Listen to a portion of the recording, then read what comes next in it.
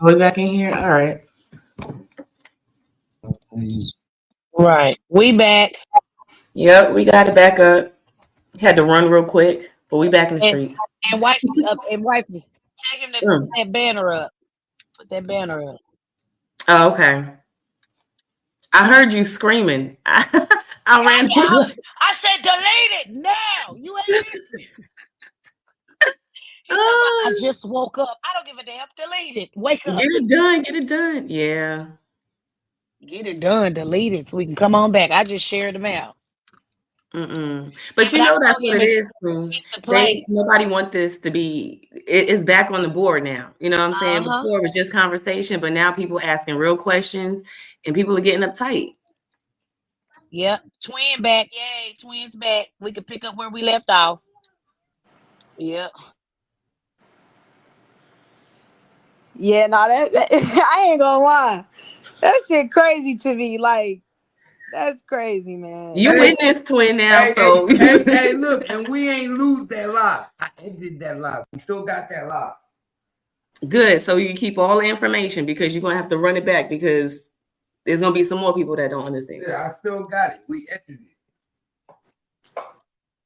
Yeah, no, They this shit woke funny up. to I I'm me. like, believe what the what look, fuck? Keith, look what the bad guy said. Queen, they said MHB sent someone a porn bomb key. What I just tell you behind the scenes just now. Peep that Hmm. shit.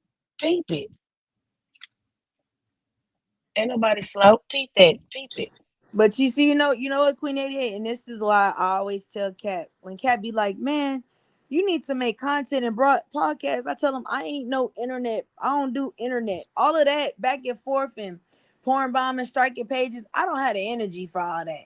Like Shit, I I don't. do. You talk about my kid, I'm taking your bitch ass the Yeah, that's fuck why I up said out. I'm not. That's not my speed. Yeah, Like, that's my speed. I've been in this hoe for 4 years. But I get what yeah, you said. You just here to break down paperwork and get the content. That's why you're a breath of fresh air. yeah. That's why I said if. And that's why when they like, well, we don't like what you saying. I'm like, well, you don't gotta watch it. Like, and like I said, if Right. I'm wrong, then I should let me be wrong. I'm a grown woman. If I'm wrong, I can admit when I'm wrong. But I also gonna stand when I'm right. You feel me? Right. They don't Bars like that down. you sparking the conversation. That's really what it is. Mm-hmm.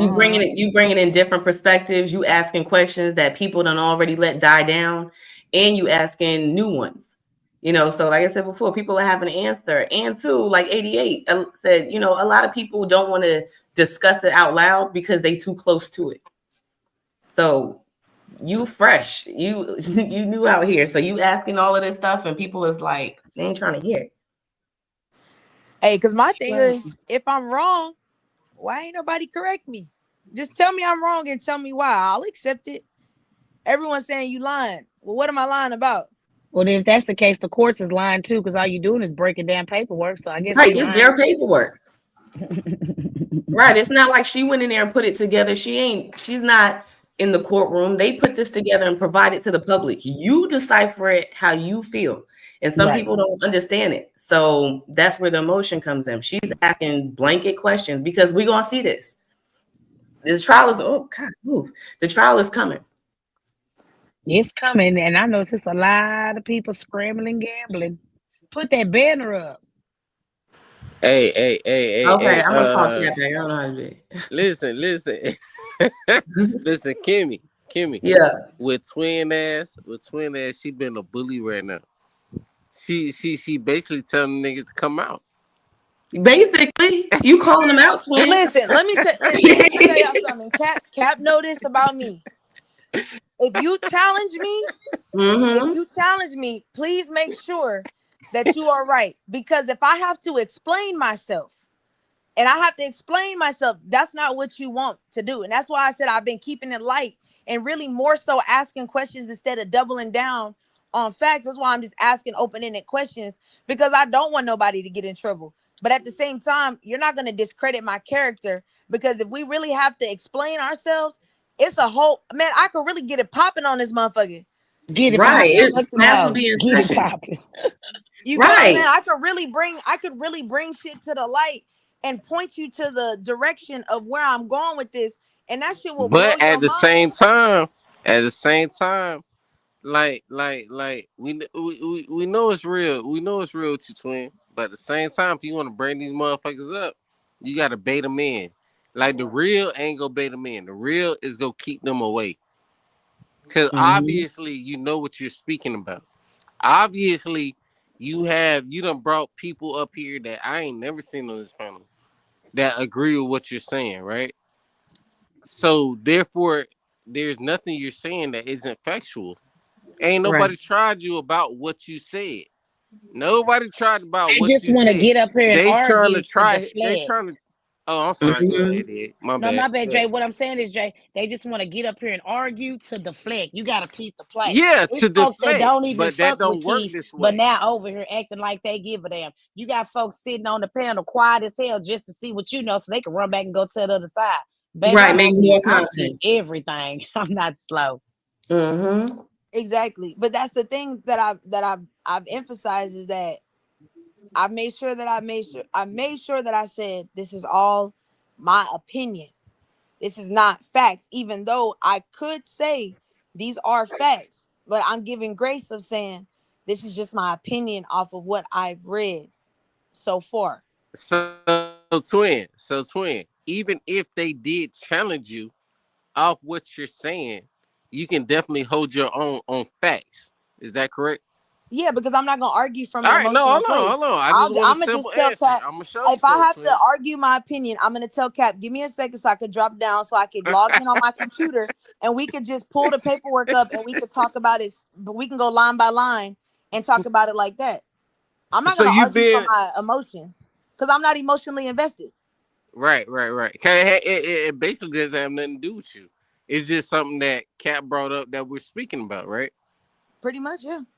And then when you found out what we're speaking about, which is a big case as far as Mo 3, you just found some things that Can I I make don't it very know clear real that are quick? questionable. It ain't Yeah. Let me even say this. When it comes to the subpoena, it was right. filed on July 22nd. That does not mean they put it in your hand that same day. You stupid motherfucker. Excuse my French. Filed means they got it signed by a judge. It has been filed. Therefore, they have to give it to the constable or anybody that works whatever in the courts or in the different agencies. When I say agencies, different police departments, that's what they call it, and they have to get it to the people that they're subpoenaing, and they have to have them sign it and bring it back as returned. Can can I ask you July this question, 22nd, Queen? it was filed. That does not mean that they have it yet. It has been filed, which means it is on its way. Goofies, it's on its way. Exactly. Can I ask you this question though, Queen? Yes. Queen, I want to ask you this question. Just with everything you just said though, could they say that to have you guys ruffle a couple feathers and then get certain people to say certain things to disown other things but make their case stronger? You know how a motherfucker will talk. And then that's just like that's how it happens. That's how they find other things in certain facts. Is that correct or not? Uh, You may not have well, caught that. yeah, say it again. I'm lost.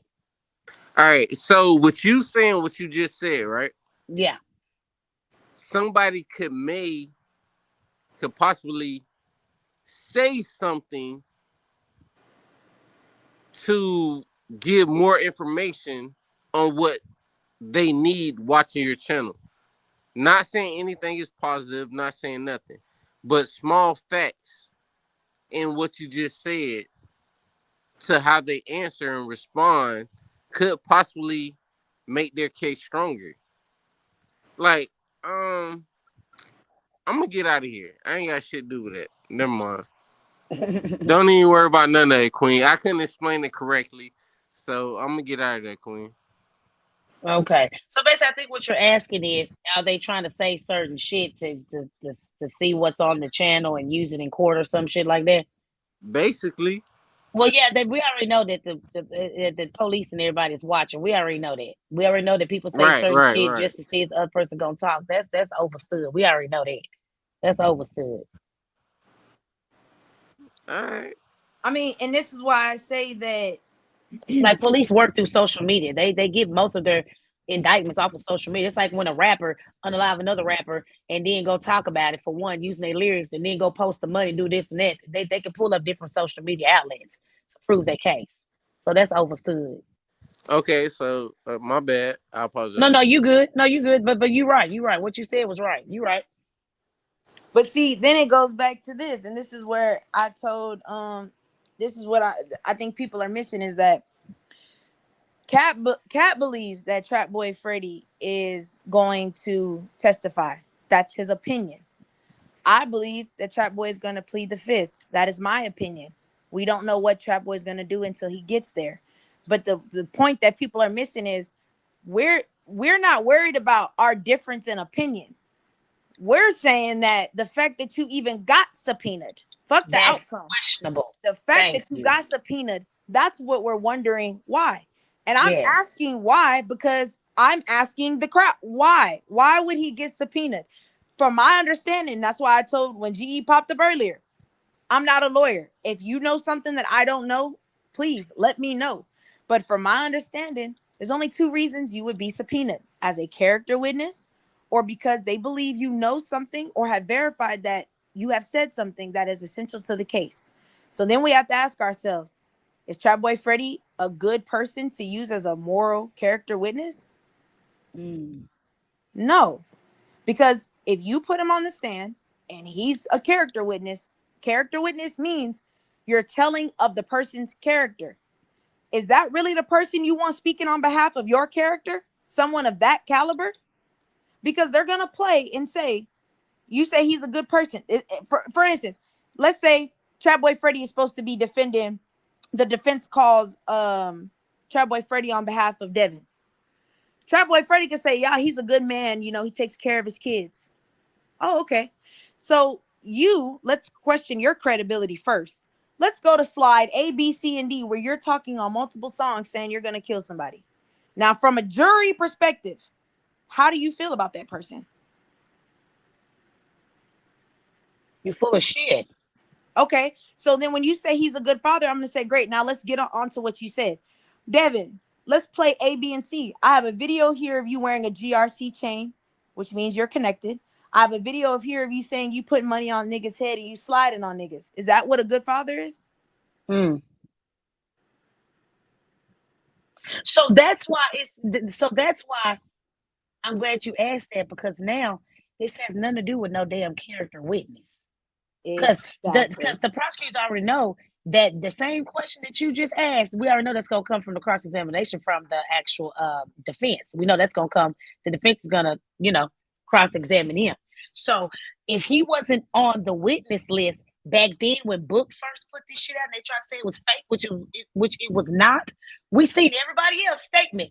When Book put out that initial paperwork on the witness list, we seen everybody's statement. We didn't see Trap, which means Trap didn't talk in the beginning. Trap is talking now. It's something that they know that Trap knows and that he's been talking to behind the scenes with somebody, is why they want to bring him in to talk. Or that could be the case. Or before then, they didn't provide those statements. Because remember, Yellow Beezy's lawyer said in April of this year, I don't have any evidence. Y'all haven't given me a discovery. I need all of the things that you have. And now we see the subpoena. So what did the Yellow Beezy's attorney get that would make them say, oh, so this person is talking.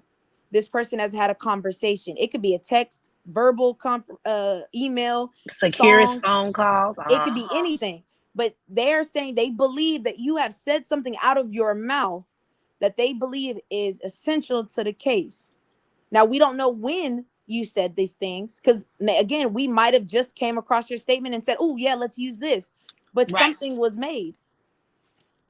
So then the question is, what would Trap Boy have said, and to whom that the state would feel that he needs to be subpoenaed? And I'm glad you said to who. Now, see, this is another way of thinking. I'm glad you said that, because we're thinking he said something to the police. We don't know that. That's where our mind will go, oh, he's a rat. But now, who did he say something to? Right. Somebody else that is not the police. Right. That's real true, because it's like Twin be saying, it's verbiage. basically we're thinking like he sat down with the police and he telling, but the only reason he's subpoena is, like you said, whether it's something he said or something he knows. So it don't have to be him, face to face with, with cops telling him what it is. He could have told somebody or he knows something, and that's why he in there. Yeah, I mean, have you ever had a conversation with Bodega? Or y'all keep saying it's Theodore Thomas. How do you know Devin didn't say he got the money from Trap? How do we know? He's saying there is a person saying I received 40,000 from Yella Beezy. That doesn't necessarily mean Yella Beezy put it in your hand. It just means he was the person that held the money. So who gave you the money? He didn't put it in it. He did not put it in their hand. All that shit was a third party that gave it to him. That's what exactly. So who's the third party? Down. Yeah, that trickles down, because then he's the money, basically. He's at the top. So it doesn't mean that he put it in somebody's hand. He definitely gave it to somebody, gave it to somebody. And these are the people that are probably talking right now. And even then it goes back to, I keep saying people are not paying attention. When they had the bond hearing, they said, we have a person, a state witness that says they received 40,000 for the hit. But we do not have the time and date of which they said that. How do you say somebody says something and you don't have the timestamp of when and who they said it to?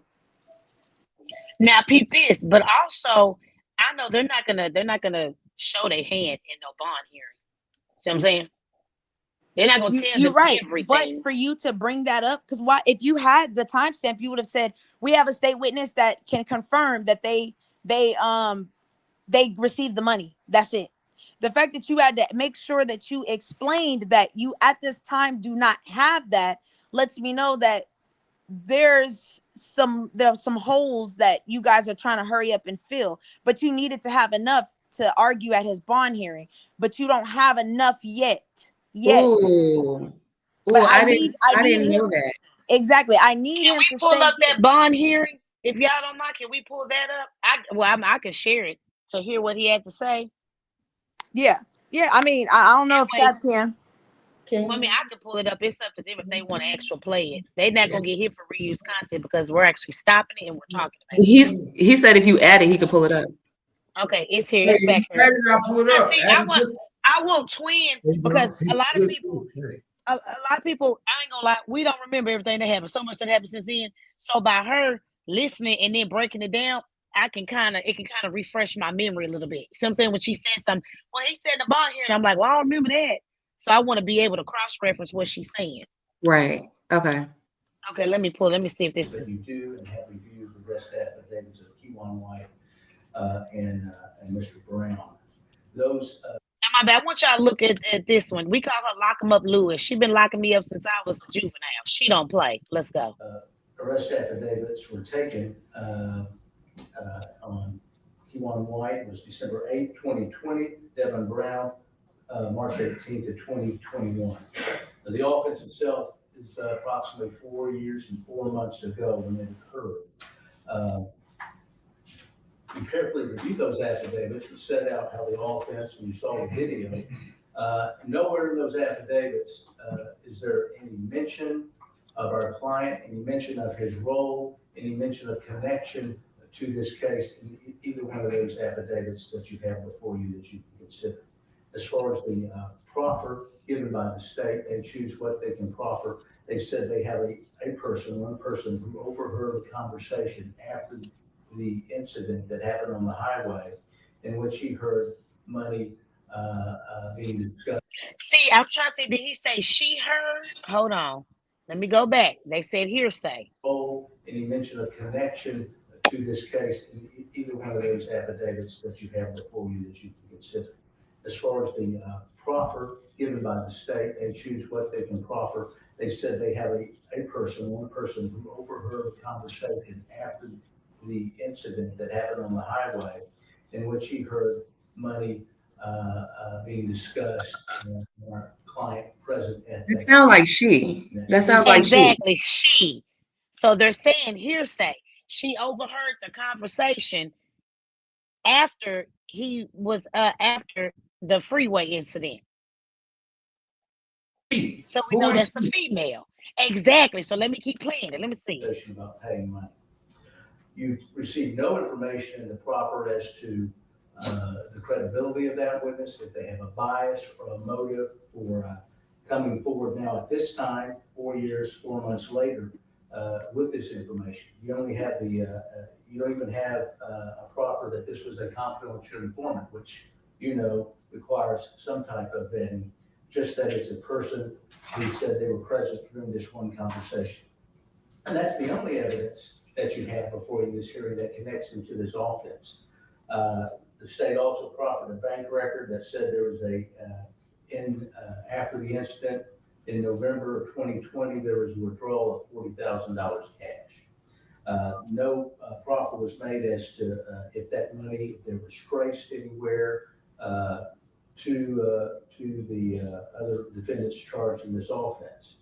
You've received no information of a text message, any message on social media platform that our client paid for this murder, any type of remuneration, no recording of any sort, just this person who came forward and said he overheard this conversation.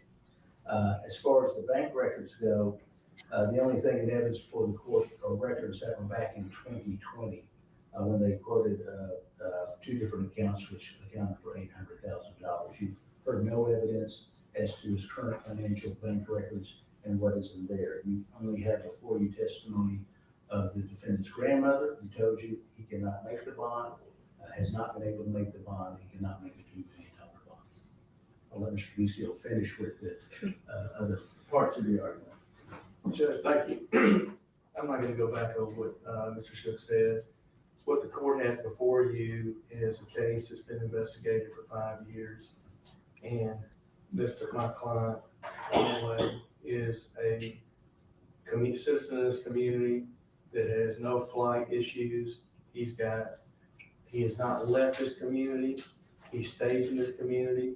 His family is sitting right back here in the courtroom that showed up to the support in this community. A big factor of this is that punitive bond and ability to pay the bond. Ms. Alexander, Okay, so basically that's at the time and was arrested in it 8 days ago. That should tell you all you need to know. And that's not just based off of pure jealousy. Your Honor has been doing this long enough to know that is based off of something much greater than just pure jealousy. As far as safety circumstances for the community, this is, as defense has stated, a very high profile case. And this defendant. okay, so really that's it. Got it, Your Honor. Yes. Okay, so Yeah, that's it. you hear what they're saying. They're saying that we don't have no text messages, no direct messages, no phone calls, no Instagram, no surveillance, no witnesses that are saying that, well, on this specific day, I was given this. You have none of that. But you're saying you have a witness that says that they received payment.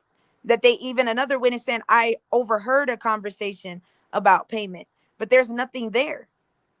So then the question is, who would have told y'all that? Right. We know it's a she because they said she overheard.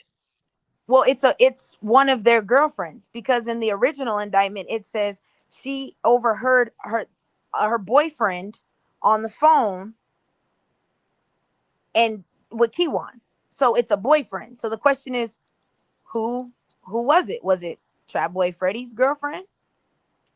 Was it Beezy's baby mama? Mm-hmm. Was it or one of Beezy's side chicks? Because we know he get around. Exactly. Who? We don't know who it was. It's someone. It's a girlfriend of somebody involved. Was it Jerry Johnson's girlfriend? Was it Bodega? Exactly. We don't know. That's why I said Trap Boy Freddy being subpoenaed tells us that there is something he knows, and the prosecution believes strongly that he knows, and that's why we're going to subpoena you. Right. By somebody's girlfriend that said something. That's why we know you know, because this is a reliable source right here that caught it firsthand. Exactly. That's why I keep saying when they're like, he's not gonna snitch. I didn't say he was gonna snitch. I said there's a reason he's being subpoenaed in the first place. I don't know what he's gonna say on the stand, and I'm pretty sure he's gonna say he didn't say it. He didn't know nothing. He doesn't recall. I mean, that's his right to plead the fifth. What does it mean, Mayor? Mayor said, no, that's not what that means. What does it mean? Yeah, no, put us on game. What are we missing here?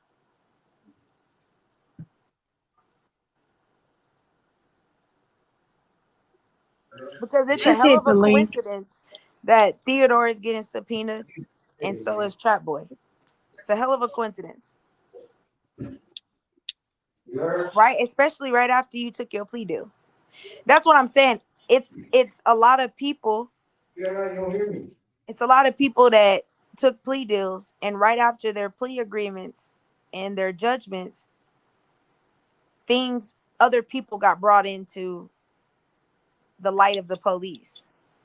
These very well could be coincidences, but it's just we're seeing a pattern of this. This is a pattern with multiple people. It's not just one person. Mm. So either y'all are telling or somebody's telling on you.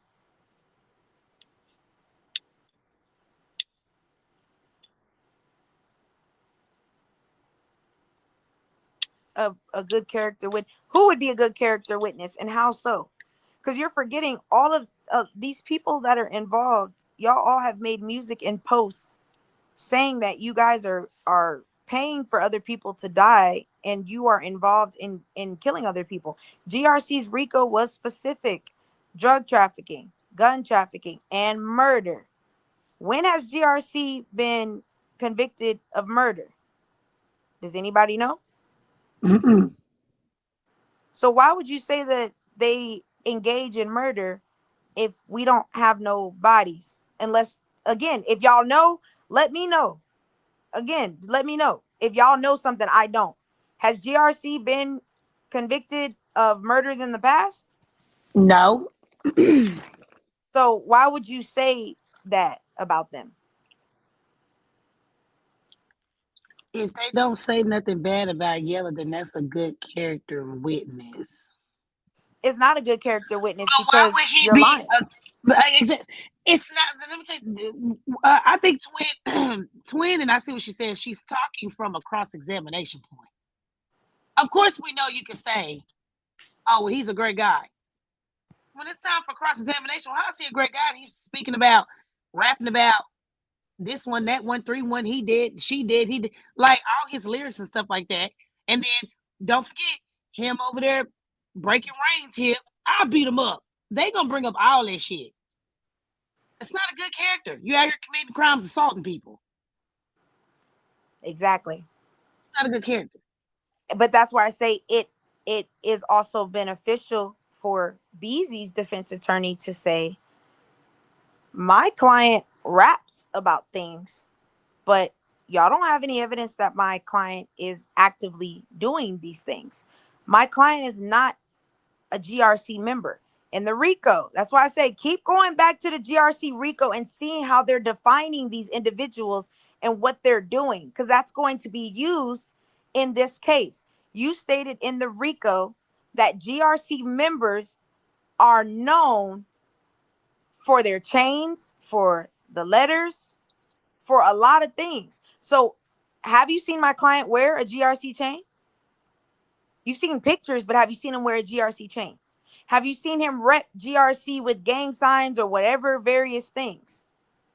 No. Well, then my client is not a part of GRC. He's affiliated through friends, but he's not a part of GRC. So you have a GRC indicted, 1, 2, 3 GRC members indicted, and 1 GRC member who is on the I won't say witness list, but he's being subpoenaed, Theodore Thomas. Keywan has a GRC chain. Devin has one. Yep. Jerry has one.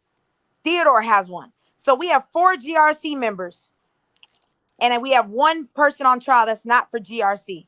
As a prosecutor, as a defense attorney, don't you think I'm going to bring up that this is a GRC murder and not my client?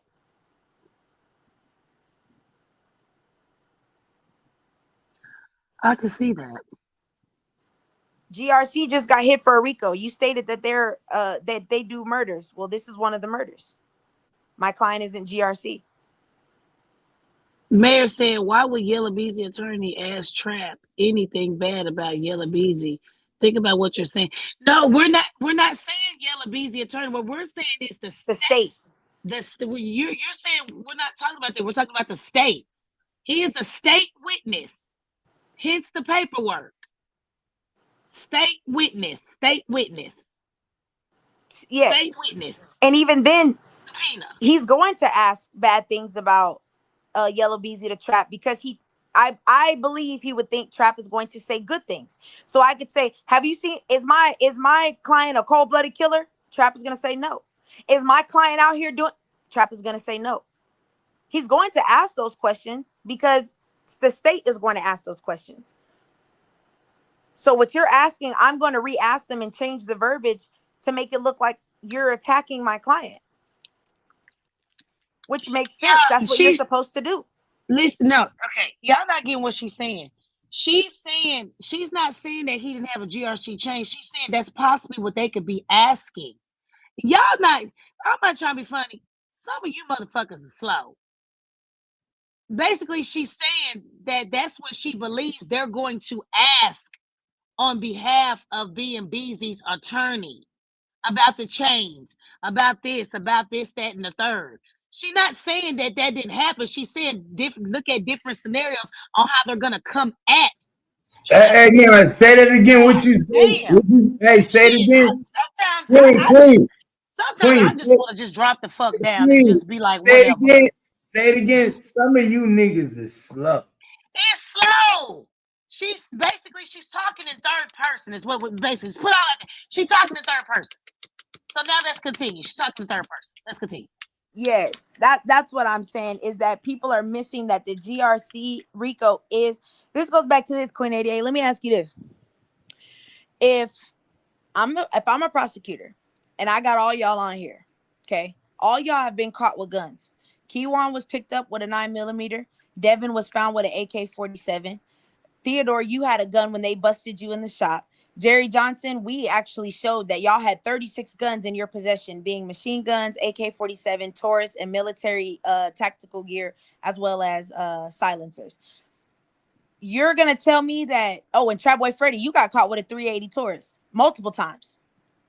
So you're going to try and tell the jury that they didn't get those guns from GRC.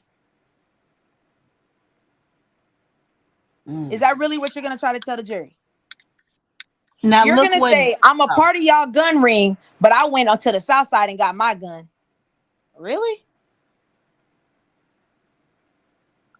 Now, Destiny said, Trap had a gun out with 3 in H-Town. Can I just do regular braids on her? Yeah. No. Hold on. My bad. My daughter getting her done. Okay. Trap had a gun out with 3 in H-Town at the club and got popped in the leg. How Trap a state witness? He got subpoenas. He's a state witness in Devin Brown's case and also Keywan White's case. He got subpoenaed. And it says it clear as day. Do I need to bring that subpoena up again? It says clear as day as the state's witness. We ain't guessing. We going by what that subpoena say. That subpoena say he's a state witness. And all I'm giving you is why everyone that involved, might be. If anybody's slow, it's you. I don't give a fuck. I fuck with all of them. This ain't my damn fight. I wasn't on no damn freeway putting money on niggas saying $40,000. I'm not finna put on nobody's head. That's going to my goddamn kids. Shit. I don't give a damn. And I make it very well known. I fucks with all of them. But the facts are the facts. I'm putting it out there. If this wouldn't have happened, we wouldn't have to blog on it. I don't give a damn. And I said what I said, and I still walk around this motherfucker. And I still can pick up the phone and call one of them. Fuck is you talking about, bitch? Go ahead. Oh, that was it. That's all I was saying is that, again, it goes back to this is a GRC thing. All of y'all have been caught with guns y'all are not supposed to have. GRC has been accused because not all of them have been, the trial has not ended yet. Y'all have all been indicted on being a gun trafficker. So you want me to believe that those guns you got did not come from the gang that you're in that's trafficking guns? But if we're going off the paperwork, We're going specifically off the paperwork. She said a subpoena does not mean. Okay. Yeah. Sorry, y'all. She said a subpoena does not mean you are there to be a witness to do anything. But then what the fuck you subpoena them for? And it says the witness. People stupid. What the hell? That doesn't make no sense. Yeah, I don't get I got a that. case. Let me So, say something. Hold on, let me say something. wait. So if you're not subpoenaed to be a witness, then what the fuck you gonna do? What the fuck are you there for? What the fuck you gonna do? Is y'all not listening to what the fuck going on around this house? Why, if I'm not gonna use you, why the fuck are you here? Why do I need you and I'm not gonna use you? That makes no sense. You subpoenaed for a reason. Okay, look, Mayor said anybody can get subpoenaed to court. It's what you say when you get on stage. That's Mayor, we're saying the same thing, sweetie. No, that's not necessarily true. Hold on. Let me say something. The fact is, we don't know what he's gonna say. X that out your fucking brain. The fact that they are asking you to come in, which means you have something to do with something, and you know something. Therefore, we're gonna put your black ass on the stand, and we're gonna question your ass and cross-examine you, so you can be part of the goddamn trial. Not only that, we don't know what he's gonna say. We just know you are in this situation, so we're gonna subpoena you to come on up here. We don't know what he's gonna say. But not only that, let's keep it clear. The only time the state will subpoena you, that means that they interrogated you. That means they had a conversation with you, and whatever you said with them in the midst of that conversation gave them belief that you would help them in court. They're not just nobody out of the blue skies just say, "Ooh, we want to subpoena you." No, I mean you had a conversation with them. I mean, we partake in a conversation, and you told us something that we could use in court. Let's be honest. And I really want people to understand there are two types of subpoenas. Well, there are the main two types. There's a subpoena for testifying, and there's a subpoena for documents, records, and evidence. That would be like call records, location data, stuff like that. They are being called specifically subpoena through testifying, which means you have to appear and testify in either court, at a disposition, or in front of a grand jury. Hence why the date is before the court, the actual trial date, because that is where you have to come and answer whatever questions that I have, because I believe that you have essential information to my case. I'm going to ask you questions. I'm going to let the defense ask you questions. And from there, we will deem if you can move on to the next stage, because you can say something and the defense argue with the judge and say, this should not be allowed in the trial. This is irrelevant. This is a lie. That's why they make them go 2 to 3 weeks before, so that they know when they walk into trial, who's testifying and who's saying what. So again, you know something that is essential to the case, and they want to see if it's able to help or hurt the defendant or the state. So Trap Boy Freddy, at one point in time, we don't know when. We can speculate, but we don't know for a fact. He has said something, someone has implicated him in something, or he knows something that the state is saying, I know that you know this, and I want you to come to court because I want to ask you, but I have to also let the defense ask you as well. It's not one-sided. Mm-hmm. But that's what I'm saying, Mayor. You're not looking at the point. You said no, subpoenas used to force you to come to court because you're not voluntarily going to come if they ask you to come to be a witness. Exactly. Which means you got something that we want. So we're going to subpoena your ass to get up here and see, are you going to give us what we want? At the end of the day, they want you for something that's going to help a case or not help a case. Like, that's what you don't understand.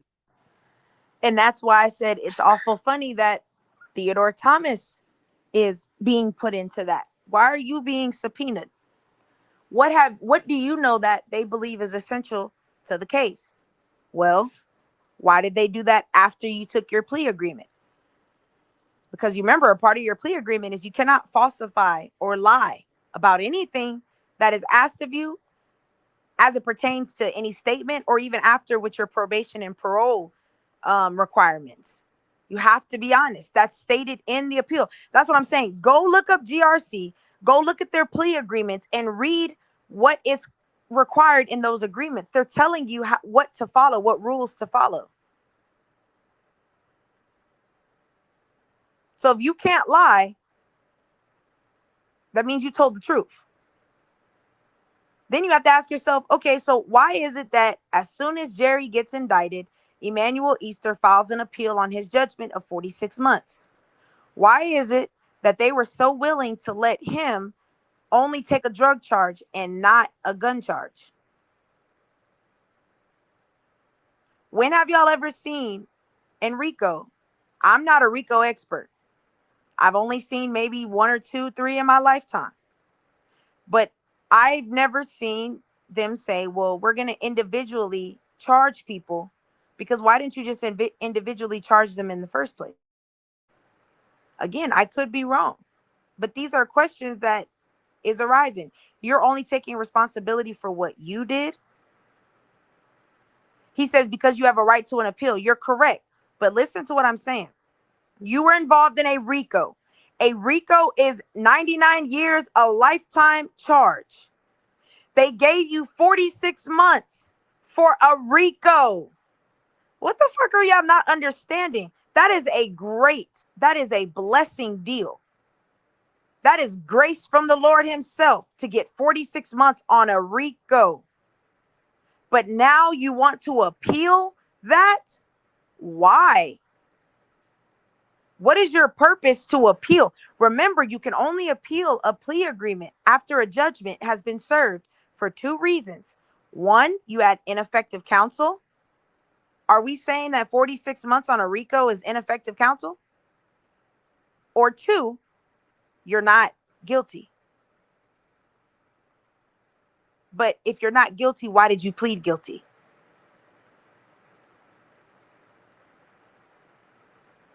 What do you know, or what have you seen that has made you change your stance and what you want to plead at? You said I'm talking about a YouTube RICO. Go look up the GRC RICO. It's a federal document. You can go on Pacer and look it up yourself for free. Look it up.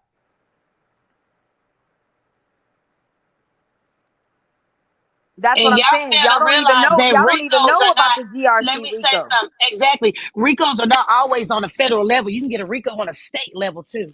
You didn't know that neither, did you? They got state RICOs and they got federal RICOs. And say I'm lying. We could Google that bitch. That's my point. That's why I said y'all didn't even know that the GRC RICO is still ongoing. Out of all Yeah, 11, they doing it. They doing it downtown at that building across on the other side.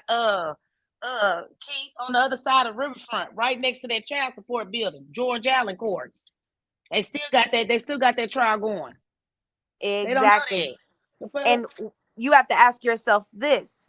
If you have all this evidence, when you go read the RICO indictment, read the sealed one, read the unsealed one. They're very specific on what each person did and how they played a role in the big picture. Then you have to ask yourself this.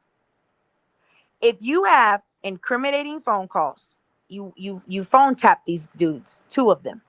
You have over 800 incriminating phone calls. 83 of them are just about drugs. You have video recordings. It says that they had audio and visuals on these controlled buys. Why would it take y'all this many years to close a case that's pretty much cut and dry? I have you on camera doing it. I have you admitting it through text messages, which are in the RICO. They give you 2 examples of text messages phone calls between Cedric and Jerry. They have pictures of him buying 6 gallons of acetone and taking it and unloading it out of his Mercedes Benz. How would you know he had a Mercedes Benz? How do you know he went to Home Depot? Y'all are watching them. You have poll surveillance. He said you cannot read no sealed document. That's why I said it was unsealed. Go look for yourself. Once Theodore Thomas got into custody, the government or whatever prosecutor said, we now feel comfortable. This is a motion to unseal the document. Y'all are forgetting a complaint incident that was filed May 11th. Okay. When they are sealed, it's because they don't want to tip off the defendants and the conspirators that are involved in the case. So they keep it sealed before it goes to the grand jury. That's why it's called a complaint and not called an indictment. Once you are indicted, that means it has went to the grand jury. At that point, once we have everybody, now I feel comfortable unsealing it because I have everybody. So yes, now you can see it because they have been unsealed. Hence why it says in parentheses, it'll say sealed, sealed, sealed, unsealed. Yes, because the unsealed allowed you to see the original document. That's why it's called a superseding indictment. Superseding means we came back and added more defendants.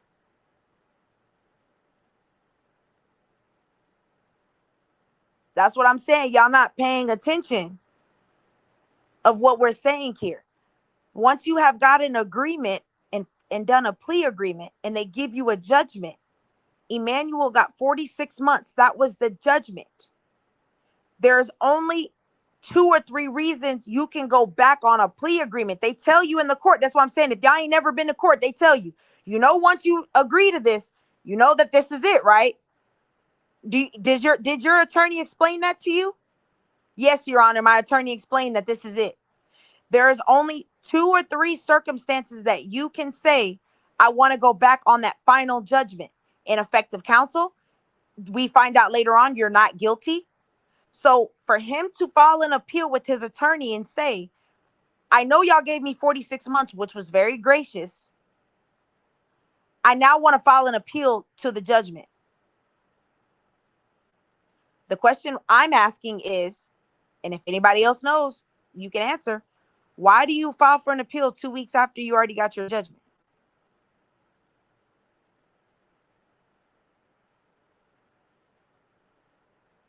I don't think anyone knows. No, because that makes no sense. Exactly. You caught me up. I didn't know half of this stuff because I hadn't been keeping up with the case this much. But yeah, that makes no sense. So yeah, that kind of stumps everything. It's like, why would you do that? Because Kimmy, 46 months on a RICO? Right, you can't beat that. That is like, what? that's a blessing. Why would you appeal that?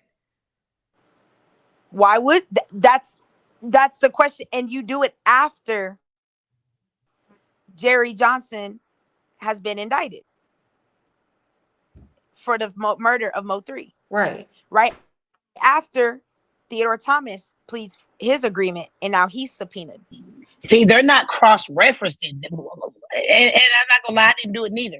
We was just focused on Mo 3 case. We weren't focused on the GRC, which coincide with both of them. They both run in parallel with each other.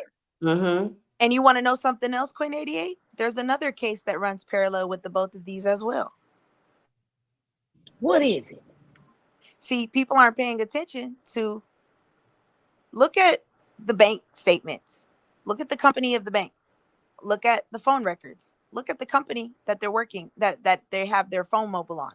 There's another case that has actually nothing to do with Dallas except for the people involved. That is it's out of state. It's in multiple different states. It's way bigger than this. And that one is crazy. Is that what MGR was trying to say the other day about? Yes. That's why I said I'm glad that let me know that other people are also seeing what I'm seeing. That's why I didn't bring it up. And I told Cap, I peep a lot of stuff, but I wasn't going to bring it up because I didn't know who else knew about a lot of the other stuff. That's why when MGR said it, I started laughing because I was like, damn, okay, so you are picking up what I'm saying. You get what I'm coming from. Oh, wow. That's why I said that other case he brought up, that's why I let him rock out and show the paperwork. And that's why I was telling people, pay attention to what he's saying.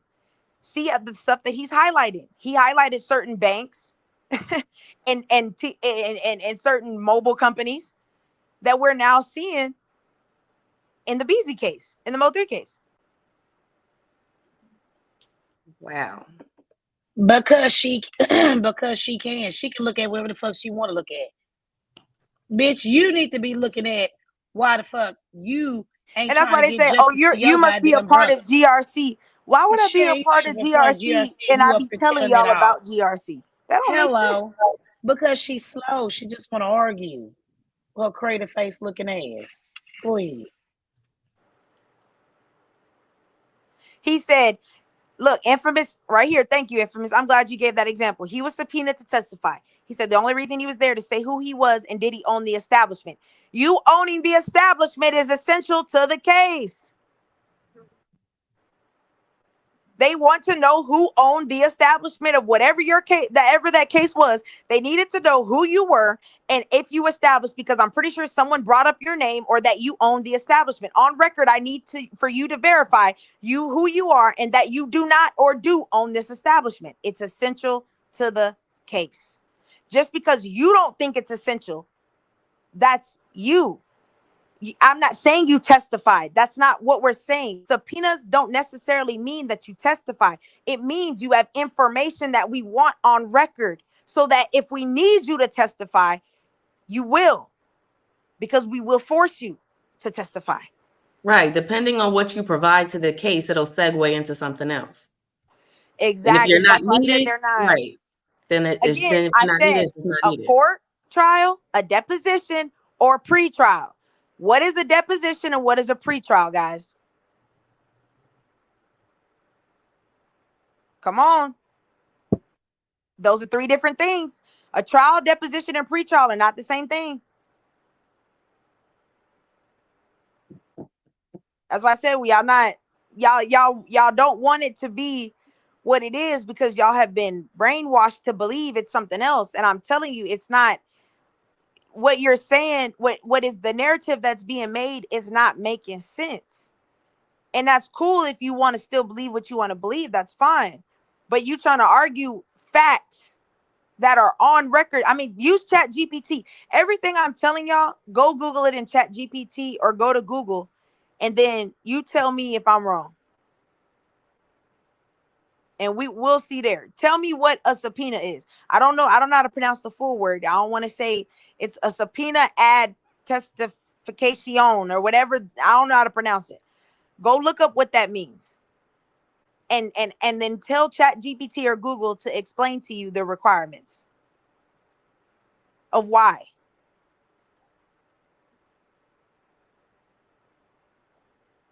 That's why I said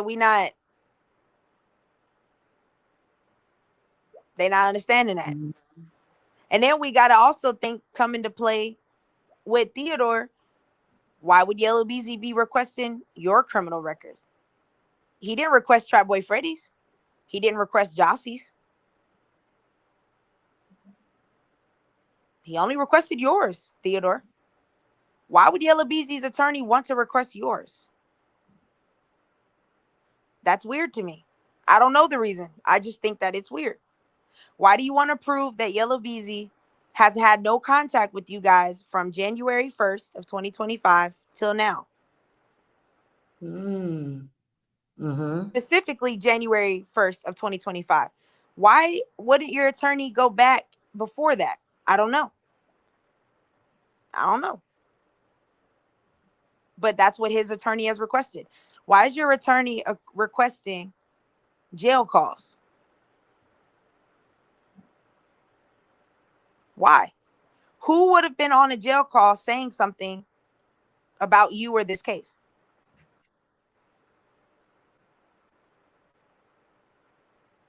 I don't know.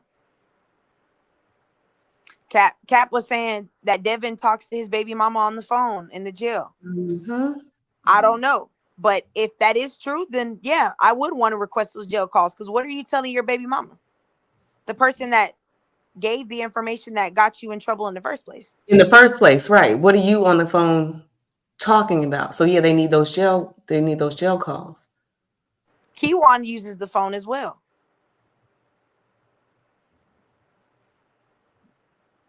I mean, that's why I'm saying. And he was specific when he said the actual company, because remember, the company doesn't just do jail calls. They also do where you can talk on the tablets and send little mail and stuff. He was specific to say the whole company. She said, who talks on jail calls? They're all recorded. I'm with you. But then the question is, why are you requesting those? We don't know what's on the jail call. If Keywan was so comfortable getting on an interview, speaking about how he didn't do it in the public, what do you think he was saying in private? Right. He ain't gonna have no problem releasing information on the jail calls because he's know they're being recorded anyway. And he could be on there in favor of Beezy. Mm-hmm. Keywan probably could say somebody else or throw some, you know what I mean? We don't know what's on the calls. We don't know what's said. All I'm saying is he's requested those call logs.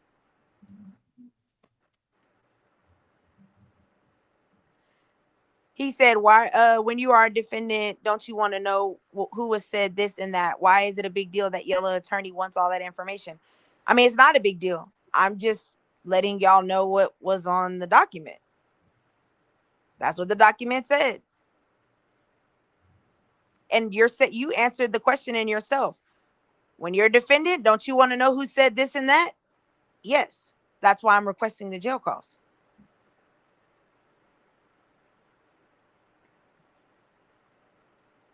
I say y'all not. I don't know if y'all Then not. that would mean someone definitely said something on the jail calls because if you're requesting, you see what I'm saying? Right. You want all the jail calls. You want only one person's specific record. You also want body cam footage from Yellow Beezy's attorney wants body cam footage from his own personal arrest. Why do you need body cam footage from an incident that has nothing to do with the case directly? Unless you're either trying to show a pattern of an individual or the pattern of the law enforcement. So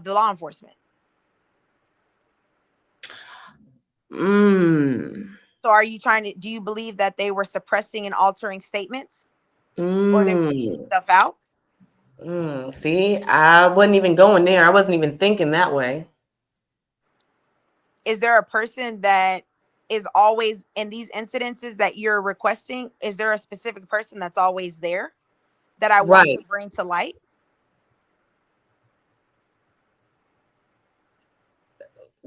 See, that's why I said it's questions like that I'm asking for myself. Yeah, that's very relevant though, twin. So while we're thinking about it from a different perspective, it could be bringing the light of someone in law enforcement. I've heard y'all speak about that before.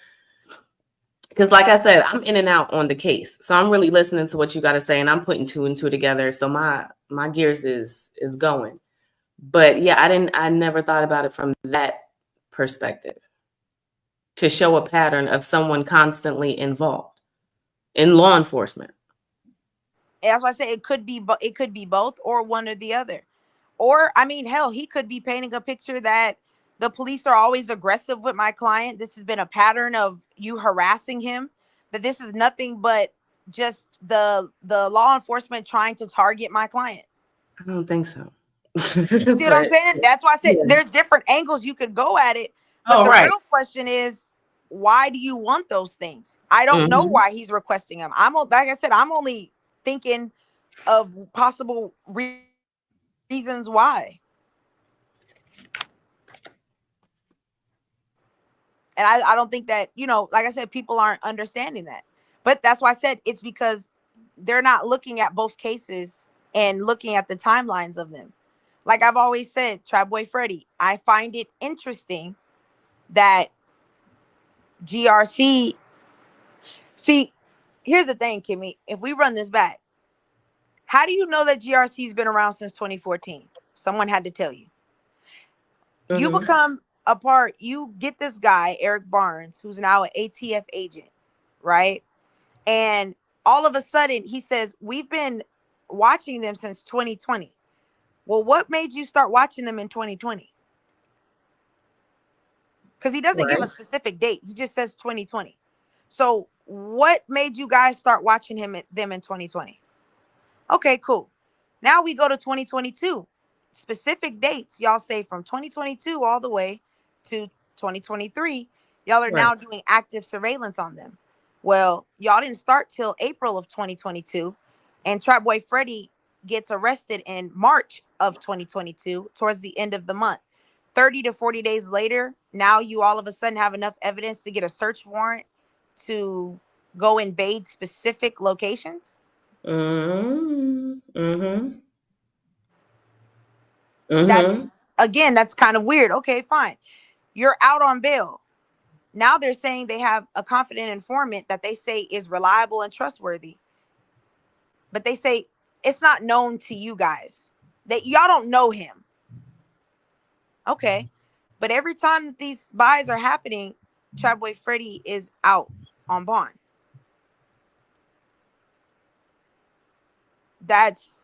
It could be just a coincidence, but it's just awful weird. August comes around, you get booked in August 2022. Okay. Well, in September, 30 days later, they have another search warrant. Again, this is all in the GRC RICO. Look at the dates. This is in August, and then September, around mid-September, all of a sudden now they have another search warrant, and they go to specific locations. And then the day you accept your plea agreement of being guilty and you get 16 months is the day that they go in and start busting niggas and arresting them. The timelines are there. Now, again, those could be coincidences. We don't know. We don't know. That's why I said it's interesting. 11 people get indicted in a RICO of GRC, but there's more than 11 people in the gang. It's a whole bunch of them. So why did you only charge 11 of them? Wouldn't you want to grab everybody else?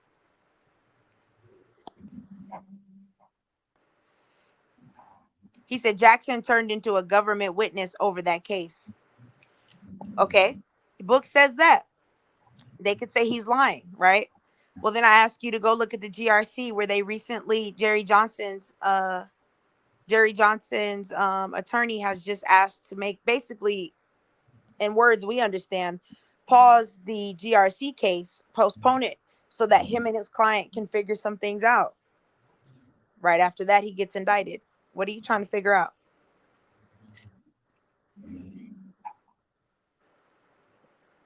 Now, why I say there's another case that coincides with these two is Trap Boy Freddy, when he gets busted in March of 2022, he's on I-20 in a whole other county.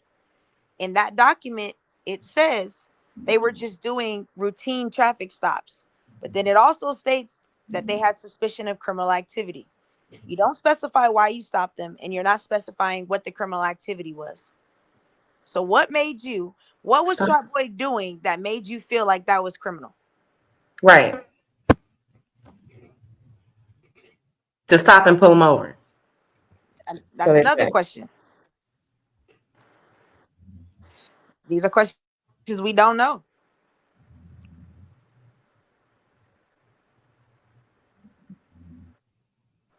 When was Trap's first time getting busted? That'll most likely be when he turned informant.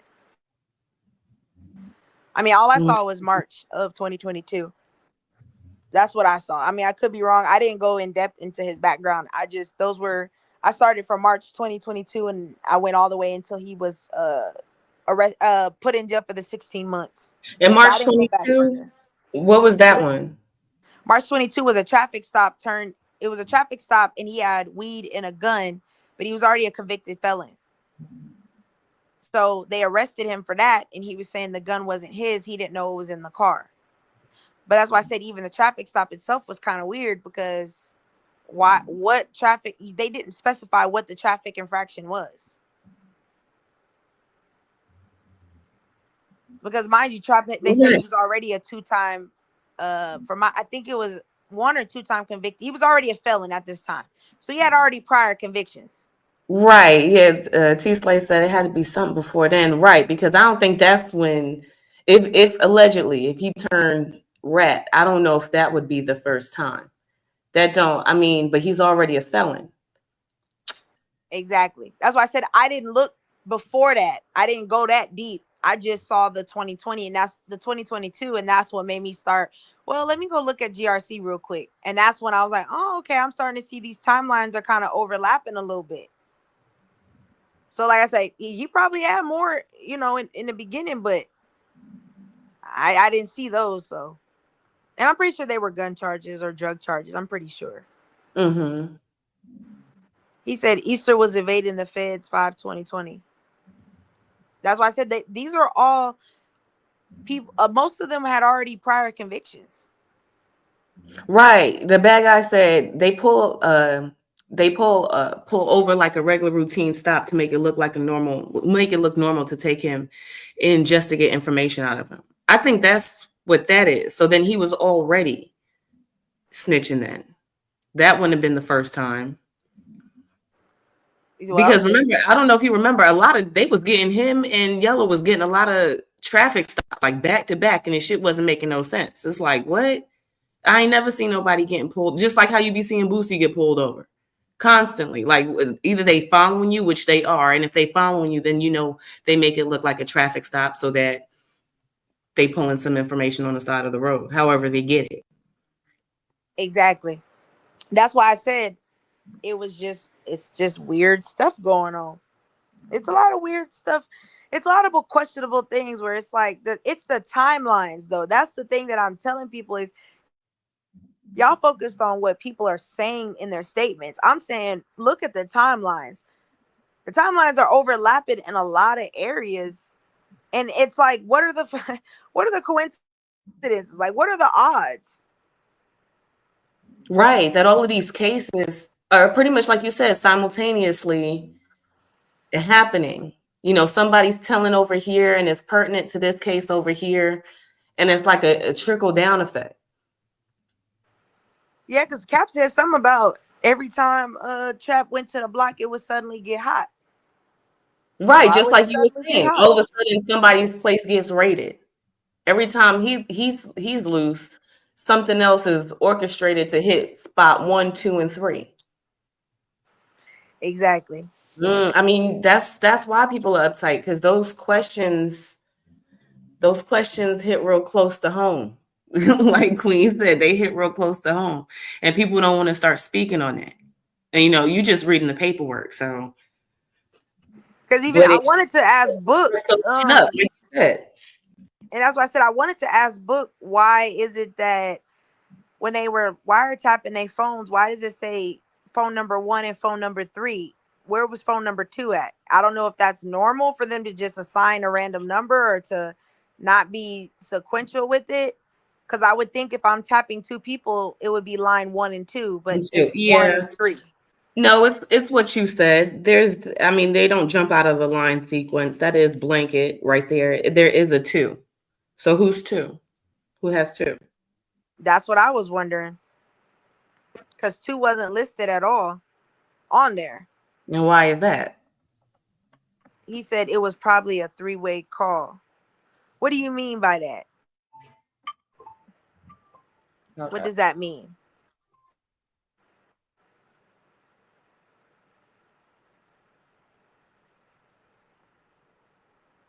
Because I'm about to say Book is the one that really knows the he knows how this stuff really works.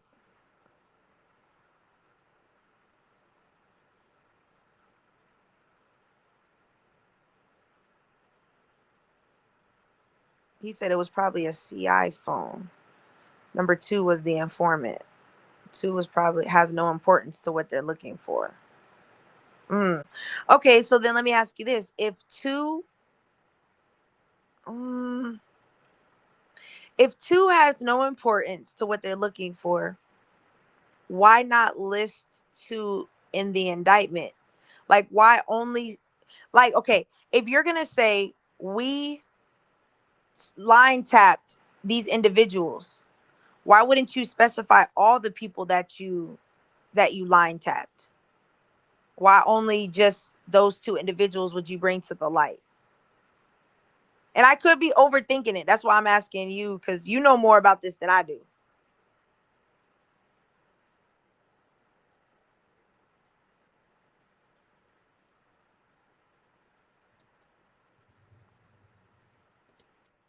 My bad, Twin. I took a call. You were talking to me?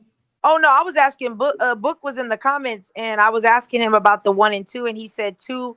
It was probably a 3-way call, and then he said 2 probably has no importance to what they're looking for. So I was saying, well, why wouldn't you still list them As 1 and saying 2. I tapped them?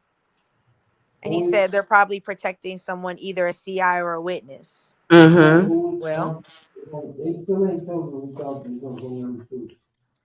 Yeah, that's what she's saying. Cap said they still haven't said who confidential informant number 2 is. Mm-hmm. So that means that that person is very Yeah, he said, so then that means that person's very important. And that's why they hold that information. They're holding that into court for a reason. Oh, he said they're holding it until court for a reason. They can't force that person to come out so they can die. He said because if that information on that person comes out, something can happen to that person in the meantime. So yeah, they can't afford to disclose that information. That means whoever victim number 2 is, confidential informant number 2 is supposed to support the head witness. He said confidential number 2 is possibly the head witness. So who do we know is with? Okay, yeah. Well, there it is. Confidential 2, and that's the number one person and not letting know to everybody who it is. They're giving you everybody but confidential number 2. That's the head witness. That's only a surprise witness when they go to trial. Book said 2 was the connector. So their phones, they already have what they need, if that makes sense. So they would protect what's in the documents. Witness number 2 is connected. Right. That's why. Okay. That's the number one person you need. Without witness number 2, there's no case. Because then my question was to them was, if you have over 700, 800 calls that are incriminating, but you say only 83 of them are about drugs, where are the other 700? What were those conversations pertaining? And why did you bring that up? And remember, that's what I said. They said them calls were about drugs. Just because the calls were drugs don't mean that them other calls wasn't about them talking. They just used the calls as about drugs.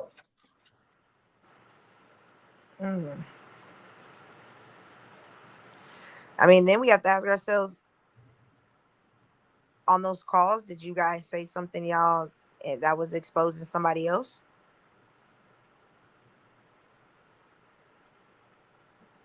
I think that's a good question.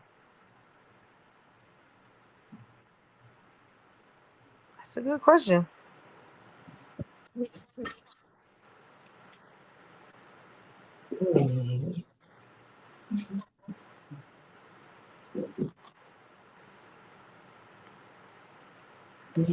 Number 2 is Rain. Shit, I don't know. He said the other calls were not relevant to anything, obviously. If you say that there are 800 incriminating calls, but only 83 of them are about drugs specifically, incriminating means that those are criminal calls. Incriminating to yourself. So they might be not relevant to the RICO case, but they might be relevant somewhere else. Right. They can use those. Exactly, because they're calls. We got the approval to basically monitor everything. That's why I said, Book said it right on the head. Out of this trial, I think we're gonna see more people getting indicted on separate shit. Exactly, because those calls they're helping us. We have them on the log.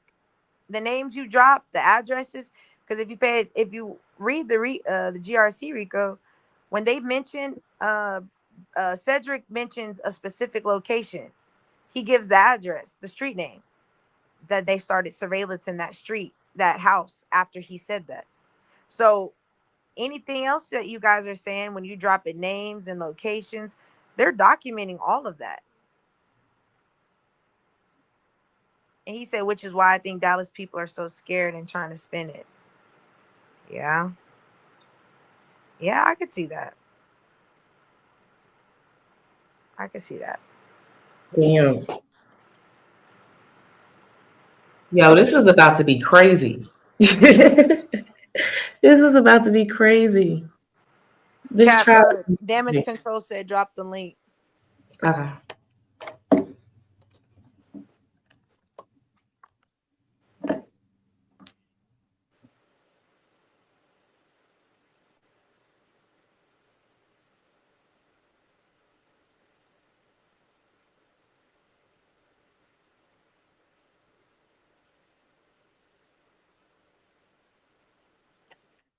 Somebody said out of this trial, I think it's going to be more people getting indicted on separate shit. Yeah. That's facts. They've been surveillance and they watched who was buying, who was selling, who was cooking, who was hanging. They got all that.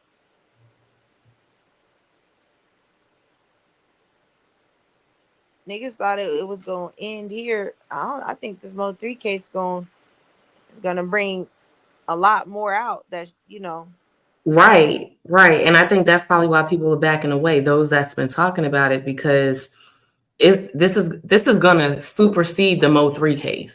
They about to really bring out some shit in this. And a lot of people are gonna be involved. Nah, you don't lying. You said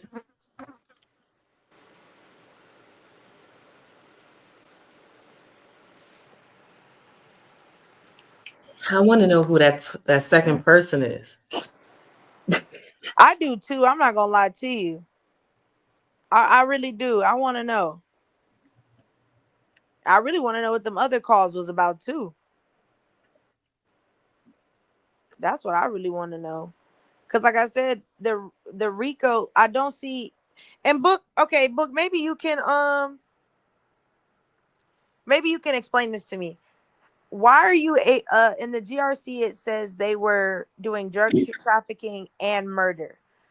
Why would you only focus on the drugs of the RICO when you're saying that you have probable cause and belief that they did X, Y, and Z? Why didn't they bring that up also in the RICO as well?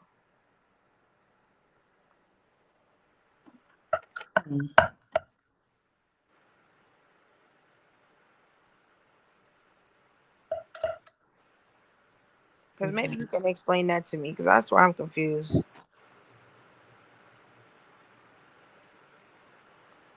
Because that really stuck out to me. Like they're involved in murder. Well, where are the murders at? Right, we need that, not the drug charges. Yeah, because that's all they're focused on is the drug charges. Make no sense. And they didn't even. It's like they. Now you see why I keep saying this is where Mo 3 can go federal, because if you line the dates up, it makes sense. Yeah. Mm-hmm. So Yeah. to be part of the RICO thing about this, you remember?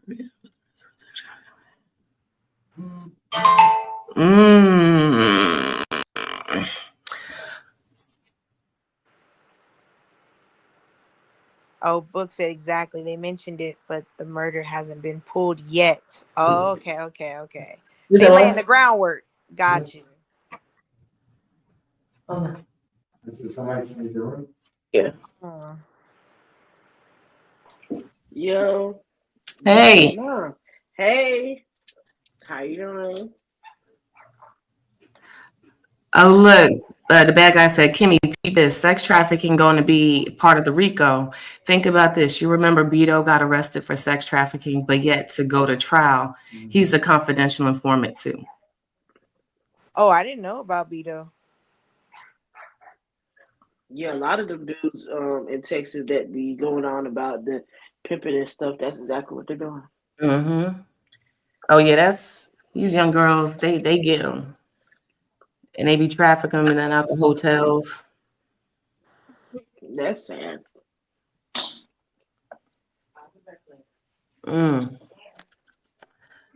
Okay. Nah, see, nah, but when what you was dropping when you was on 88, I was listening, and that's why I started going. That's why after the live was over, I was like, hold on, let me go pull it up. Cause you was saying stuff, and it's like I get where you was coming from, but I was like, where is he getting that from? That's why I went and pulled it up and was like, oh, that's why he's saying that. Okay. Yeah, I just had seen the live towards the end. I was trying to go back and watch it, but I seen somebody had damn porn bomb y'all and shit. What the fuck going on? Hey, I look, and I was, and Cap would never know because the Cap is blackballed. The whole world hate Cap, so we never know. Cap done got so many enemies. We don't know who it was. Man, he had Queen 88 up there, and man, ain't no tell. It's probably somebody that don't like her. No, that's why I say we can't even. You wouldn't even be able to pinpoint who it was because everybody hate Cap right now. Everybody on a fuck Cap campaign. So shit, you'll never know. Who the hell he beefing with now? Man, Everybody. let the world tell it. Yeah. Oh man, Let the this shit world tell funny. it. The world shit. Is he still beefing with Ted? Man, you know Cap ain't making peace with nobody. Cap said, y'all don't want me, I don't want y'all. Right? Yes, he is. Even like end up on the live. Like what even happened? What's the number? I'm trying to. I was Oh, he just said he'll seeing. sign the paperwork. Everyone listened to Book. He was on the highway that day.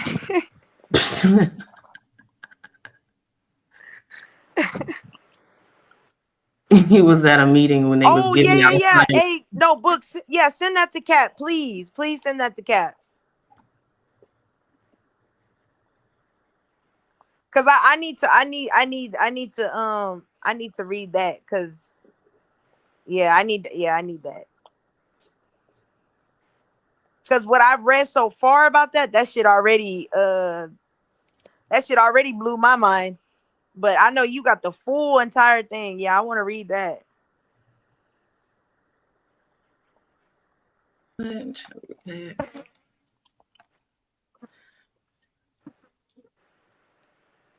Oh, Book, you was on the highway? Oh shit. Book, is you trying to tell us something?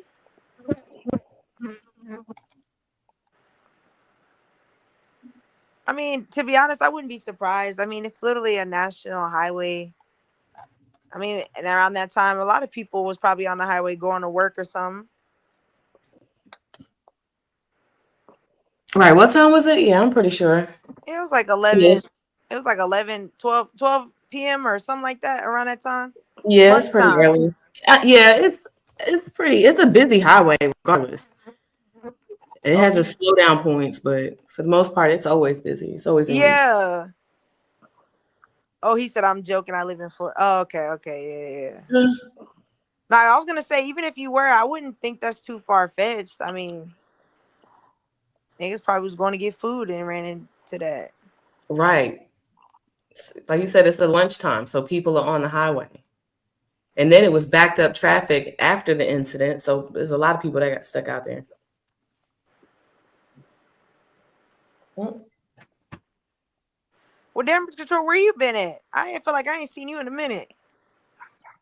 Yeah, I ain't been on. I ain't hit nobody paying on probably like a week or two. I just moved and shit, so just getting situated and type shit.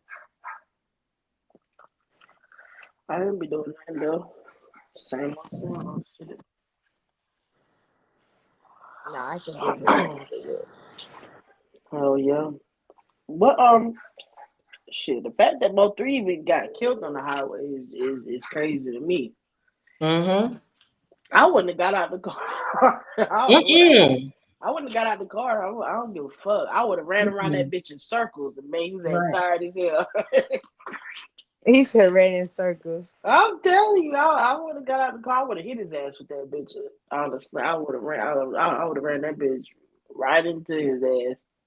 So I think the car stopped working. I think that's what the reason why it slowed down like that.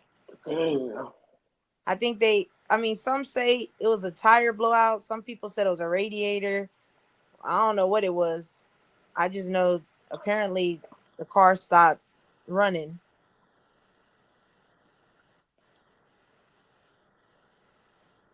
Yeah, coincidentally, while he's being chased and hunted, Man, they probably put a fucking kill switch in that bitch. And then I mean, even killed the then, if car. you shooting at a car, I mean, if you hit the right spot, Oh yeah, it's a wrap. I don't know how Yeah. true it is. If you shoot a gas tank, it explodes. But like I said, that's some scary shit. man. My thing is, you see him. There won't nobody on the highway that had a gun. This is Texas. So y'all just gonna let this man get hunted and killed? Hell yeah. But you know what? That's true too, because you see a lot of incidences. Oh no, Gangsta Cap said somebody did shoot on the highway. Oh, they did at Oh yeah, T1 or whatever they his got name is. Yeah, somebody shot and got shot. Okay. Somebody tried to help him. He said somebody tried to help Mo3 and he got shot. Damn. I didn't know that. Now you see why niggas don't want to help. That's why people don't get involved. Whoever that was still did the right thing though, because Yeah, that person was a doctor. He actually was a nurse. He said the guy was a nurse because he started giving CPR to Mo3. that's sad. That man needs his flowers. That's real honorable right there. That's some real shit. They don't make people like that no more. Yeah, what? No, because people stayed in their cars. A lot of people ain't get out and help. You don't have like imagine if this is Texas, everybody claimed they had a gun. So imagine if people got out. They didn't have to get out of the car. All they have to do is run the nigga over. They all could have, they could have ran the nigga over. Especially when he was running away. Because he was running back to his car to pull off. Man, somebody could have put that shit in drive and ran his ass clean over so he can't run off. Right, because remember, you just a victim in all of this. Somebody. Right, you a victim of all this, sitting on the highway, and some niggas is running down shooting, and you could possibly be shot. Yeah, everybody should have put their car in drive and rode. Because at that point, he put everybody that was in that proximity life in danger. Mm-hmm. Bullets don't got no name on it. I would have ran his ass clean over. Man, that's a free body. Yeah, right. That's a free one. That's and I'm a hero.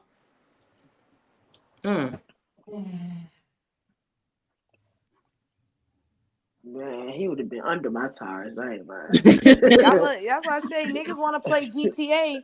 This is your opportunity to play in real life. Right. Man, people say all this stuff and people swear they do this, that, and third, but when the time comes, people don't be on that. No, they be like, they don't get out the car, don't nobody do nothing, they ducking, they trying to back up, going reverse. Man, 9 times out of 10, they're not even shooting back, Kimmy. Like, they'll just get shot at. They're not even gonna shoot back. They be scared. Yeah. Well, even that's why I always say, everybody say shoulda, woulda, couldas. But it's like, what you gonna do in that real situation? That's why, when people laughed at Beto being shot, I said, y'all ain't never been hitting y'all's head before and been in a shootout. Y'all don't know what y'all would have done. Ain't nobody gonna stay in one spot and get shot. That's just not gonna happen. That nigga left, ran and jumped over the counter. They was clowning him. He was hiding in the kitchen. This nigga got shot in the head. If you ain't never been shot in the head, you don't know what the fuck you gonna do. Shit, I wouldn't even know what to do in that situation if I'm being real. I probably would have ran too. Shit, if I'm being real. And the only time I tell people don't run is if your kids are there because you're supposed to shield your kids. You're supposed to put your body over your kids to protect them. You're supposed to just run and let your kids get shot. Because that's how little Ronnie daughter got hit. He really should have jumped in the car and covered her. I ain't lying. I would have covered my baby. I wouldn't have just ran off like that. Call me crazy. I don't give a fuck. I said what I said. They but yeah, but that's the only time I tell people that you should run if kids is around for that very reason, because kids 9 times out of 10 still end up getting hit. Mm-hmm. But if you cover them, you might can, you know, take them hits, whatever. Other than that, save your life. But that's what I said. I get, you know, first of all, we don't know what that man was thinking in his head, but you know, for me, it's kind of like, okay, well, he said they believe he was trying to run and lure them away from his kid. I And think that's why that I tell too. people that at the same time, if you've never been in a shootout with your kid, like they was making fun of him, and there are some people that I know that would, like Damage said, He should have they're tried to gonna jump the shield their fence or kid. something. Yeah, they're gonna shield their kid. Some people are gonna do what Ronnie did. I want to lure them away from my kid.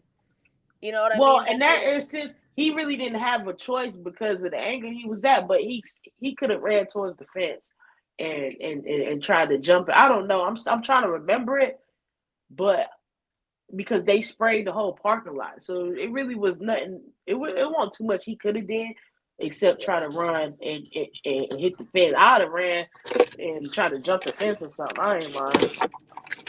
well, no, apparently it was blocked. I think it was Cap was saying it was blocked in, like the it was like a wall or a fence. It was too high, like it was all trapped in. So he really couldn't get out of that little area without running through the driveway. In the driveway area, that's where they was parked at. Well, near the driveway or whatever. That's where they was parked at. So that's why I said it was, again, very, you know, we keep calling these niggas stupid and dumb. And yes, their actions are dumb, but the way that they're executing these plans, you got to give these little young niggas credit. Because for you to be that, well, not that smart, but for you to sit there and say, okay, we're going to box this person in, we're going to do this, we're going to pull that. I mean, an average nigga don't think like that. Like, so that's why I'm like, but that's how you know there's somebody higher involved that's directing these niggas. There's somebody bigger involved that's telling them how to do these things, because these niggas are not thinking of this shit on their own. Mm-mm. I mean, like, even if you want to be technical, like, even like when I watch videos on like the war in Chicago and stuff, even though they be like, you know, a lot of their gangs, they like these renegades and they don't got no big homies and stuff, but they really did. A lot of them just died off, but they did teach them a lot. So there's always like somebody that's older, that's involved, who's telling them, you know, how to do this, that, and the third, but you might not never see them, you know? That is true. These people are just not doing all this for nothing, and they ain't, you know, I'm saying, like, these young dudes can't figure out all this by themselves. I ain't gonna say they can't, but they They don't, not. you know? They not. Somebody, you know, either somebody who's here or unalive, somebody taught them something or showed them something, because I'm telling you, the way that they executing these plans, they be brilliant, but you know where they keep fucking up at is they keep forgetting these phones. It's these Man, phones that's that's because getting these y'all. dudes, hey, they so dumb, they so ready to kill, but not learn how to read a map. Pick up a real map and learn how to read it and get yourself back home Without before you needing a just go phone. out. Exactly, because they so dumb, they fuck around and get lost and don't even know how to make it back to the crib because they left their phone and they want to go try to drill some. But that's They too don't know how much. to get home. That's those old school movies. Like when you saw people sit down, they got their group together, then they sit down and put the plans, and then they got a map and then a getaway and all that. These niggas ain't got time for that. They taking drugs, they get real hyped up, they hit the block, spin that shit, and that's it. I mean, like, it's easy when it's like, you know, like your ops ain't but a couple blocks away. That's easy, Right. you know.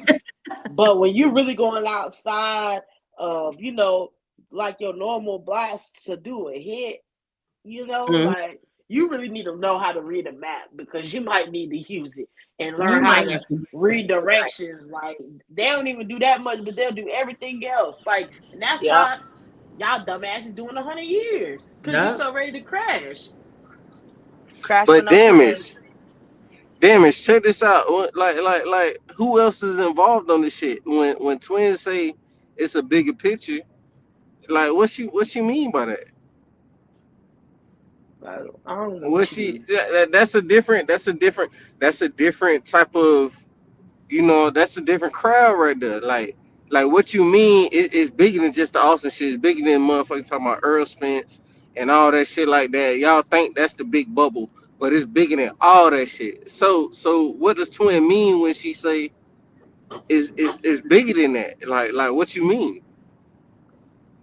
You gotta ask Twin now. I mean, like No, I'm always, I'm just trying to get the I spitball always, well, flowing. the thing is that you forgetting is there's always a puppet and there's always a puppet master. You're either one or That's a the other. fact. So That's a fact. if do you think the puppet master is not gonna protect himself, knowing that the puppets is gonna get clipped up? So then that's why I say you gotta ask yourself, who's the bigger person? Who has something really, really to lose? Y'all keep thinking that to niggas, y'all gotta remember to a nigga that has Earl, it all. in this scenario, Twin. Hold on, let's slow it down, Twin. In this scenario, Earl is. Would you agree? Earl is bigger than all them motherfuckers. I wouldn't Would say you agree Earl. with I that? wouldn't say Earl's the puppet In master. this situation, I mean, that's why I said having money don't mean you the puppet master. You could be the puppet too. well, I'm just saying, who's the bigger person that has ties to more shit in this shit? It's not motherfucking Beezy. It's Earl Spence. Earl Spence probably got ties to all type of shit in this bitch.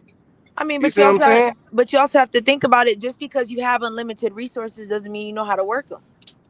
We're not saying that. I'm trying to say, with just these regular ass niggas, why is it bigger than Mo 3? Because because the niggas that's in the Mode 3 are just the puppets. They're not the puppet master. So who are the puppets? All the niggas that's charged. All right, so all the niggas is charged, right? Yeah. And then they can only be connected to one bigger person than Beezy or Mo 3. It's only one person bigger than that. Like who do they have contact with? Like where does it go? Like what do you mean? Like Right. I'm Like not trying to who's put the words in your mouth. I'm yeah, who's the puppet master in this? The puppet master is the government, the feds. Pretty much. I think you wasn't trying to say that, but Yeah. that's what I feel. That's what I feel because everybody who is arrested for it or has something to do with it has been dealing with them for a long time. So they're pulling the strings. right. So they're so if you ask who's orchestrating this, it's them. They already know who all the players are, and they, like you said, these niggas are emotional. They want things within that. They trying to get off of other cases, so they telling everything. They making moves. All right, They're so Kimmy, confidential I'm gonna ask you informants. this question, Kimmy. Us, what are we really, even when it comes to Twin, what are we really trying to solve? Just like we said, them. Who the fuck is them? We don't know, but we just know it's somebody extra, right? It's just the case that we're on, which is Mo 3 case, right? So my question is, do we go past this case or do we say fuck this case?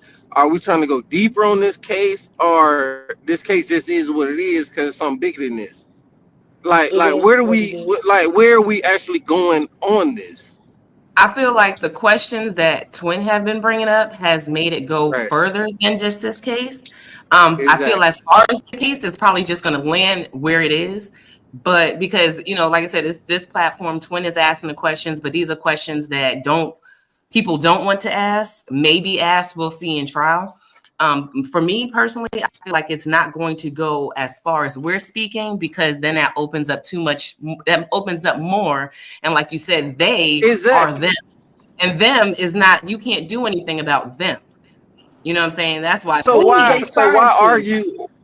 argue or convince these motherfuckers that couldn't get past square one until they fucked around and ran into Twin that asking basic questions that a knowledgeable person that's really trying to get the bottom of it would ask or would know. You see what I'm saying? They just not Okay. Because, deflating it about well, a to be bullshit. honest, because you have to remember they're trying to get to the bottom of it. I don't have a motive for what I'm doing. So it's like when you're trying to get to the bottom of something, sometimes you miss things because your mind is already focused on looking at one thing. Like I'm Right. zeroed in on one thing. I didn't come in here looking for one thing. I came with an open mind of saying, okay, well, what are all the pieces? So that's why I said your motive really can dictate or determine what you see. Right. Okay. And I listen, agree with y'all. that. I agree And with that. listen. All right. So Yellow Beezy signed to L.A. Reid. Okay. Mo3 was signed to Ghazi. These are dudes who've collaborated before. We're talking about the executives. They put all this money behind these dudes so they can get rich. They beef. They do all this shit, right? Then they go on, get locked up. And who benefits off of it at the end of the day? The labels. Yeah, but see, I agree with that, but it's the motive for me that makes me think about that because they benefit from it, but I guess for me it's like if I have you signed to a 10-year deal and so I kill you off and then just make money off of your whatever that word is, meaning after death songs, that right there, I It's always not feel just like about the money. It's not but because it's just not about the money. It's about the demonic thing that powers all this shit. Anyways, it's not just the money, it's the souls that come with it. You know what I'm saying? Like you gotta understand we are living in the spiritual world. It yeah, ain't just about everything you see right now and the glitz and the glamour. There's a lot of things that's gonna have to be, talked about and accounted for after death. I could see that. People, I feel like people who are talented and gifted enough to make people love them and believe in their dreams and their music and all that shit, it goes a lot further than just buying a house and taking care of your family in this life. You know what I'm saying? That's like a real profit. I don't know. Maybe I could see that.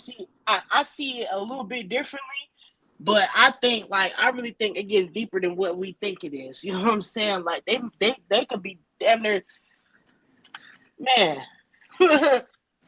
Now I feel that. I could see that. I really could Shut see that. up, stupid dog.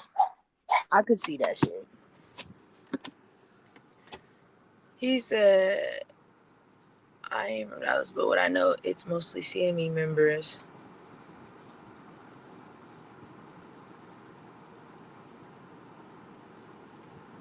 I ain't worried about government.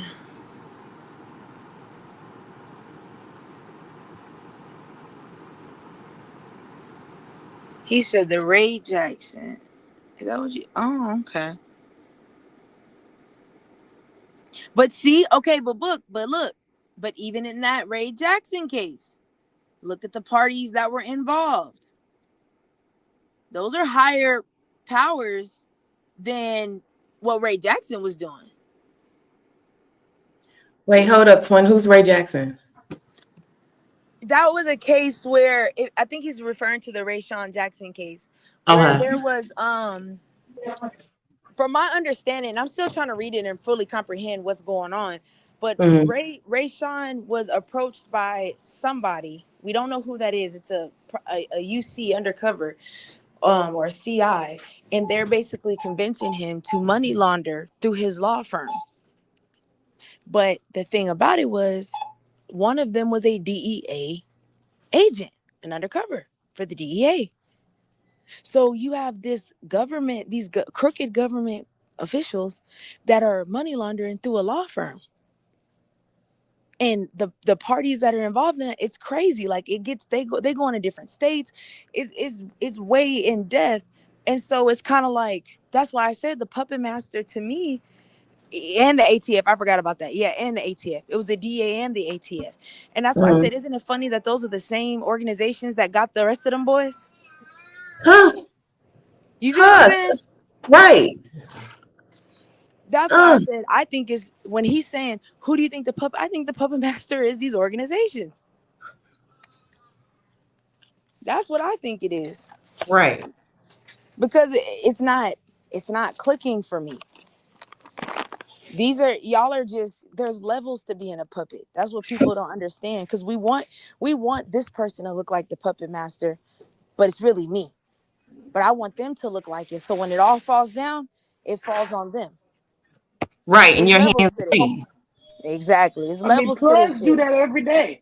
Plugs that have you Exactly. outside beefing over blocks, territory, and product. Whole time they organize the whole thing so they can control you. Right, because you don't own shit down here anyway. They put it in. So Uh-huh. basically, you're just the boots on the ground to the mind. They know what's going on. They've been watching you, and they use you as pawns to do exactly to complete their agenda. Yep. That's why I told Queen 88, look at Rayshawn, then look at GRC, and then take them 3 cases and just sit there and start mapping out the timelines. And the people they're using, it's like, yeah, there is something way, way, way bigger there. And Book said he thinks it's Jerry. You think it's Jerry? I thought it was somebody else, but it could have been Jerry. I don't know. Because when they said his name started with a B, that made me think it was somebody else. But it very well could be.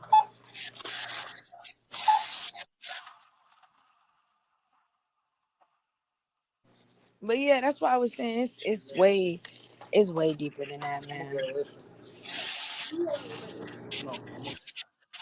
But you know what, Twin? No, you.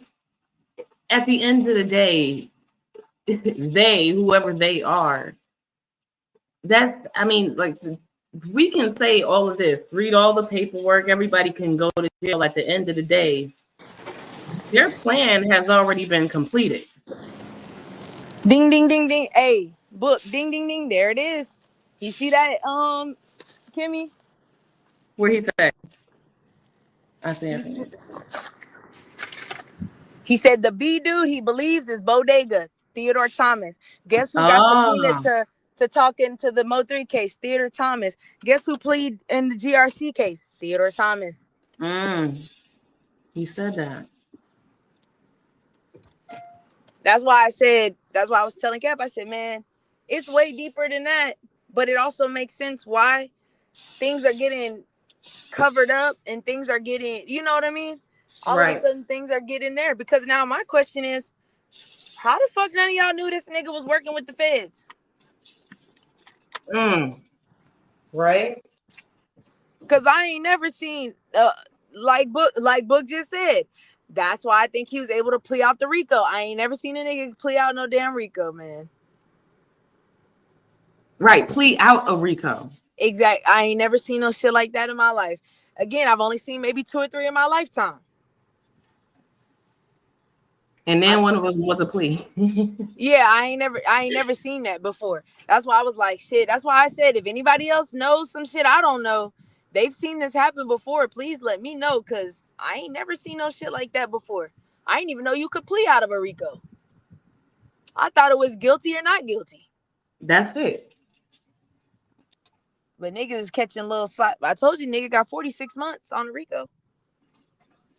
That's a blessing in itself. But now he filing an appeal. 46 months on the RICO, he gave up something. And now he's appealing his sentence. That's crazy to me, though. 46 months on a RICO? Come on now. So how long is that? 4 years? Man, my brother got more than that for a box of bullets. Come on now. You feel me? Come on now. You feel me? But that's because I think they started to peep everything that was going on. Because I'm telling you, mind you, that case was a couple of years ago. So that means one of y'all indicted in that GRC was working in that Rayshawn Jackson case. We don't know who it was. We can there's 2 or 3 of them that I think it was. There's 3 of them that I narrowed it down to, where I'm like, it could be one of you 3. But the question is, how the hell are y'all working this long and nobody else around you knows? I think some people found out, and I think that they are willing to say, hey, this is what we know. But it's only 3 of them in that RICO that could could have done it. It's only 3 of them. I don't think it. Well, I'm gonna say 2.5 because I don't really know. I don't believe it's Jerry. I don't think so. I could be wrong though, but I don't think it was Jerry. But the other two, like, it's one of them too.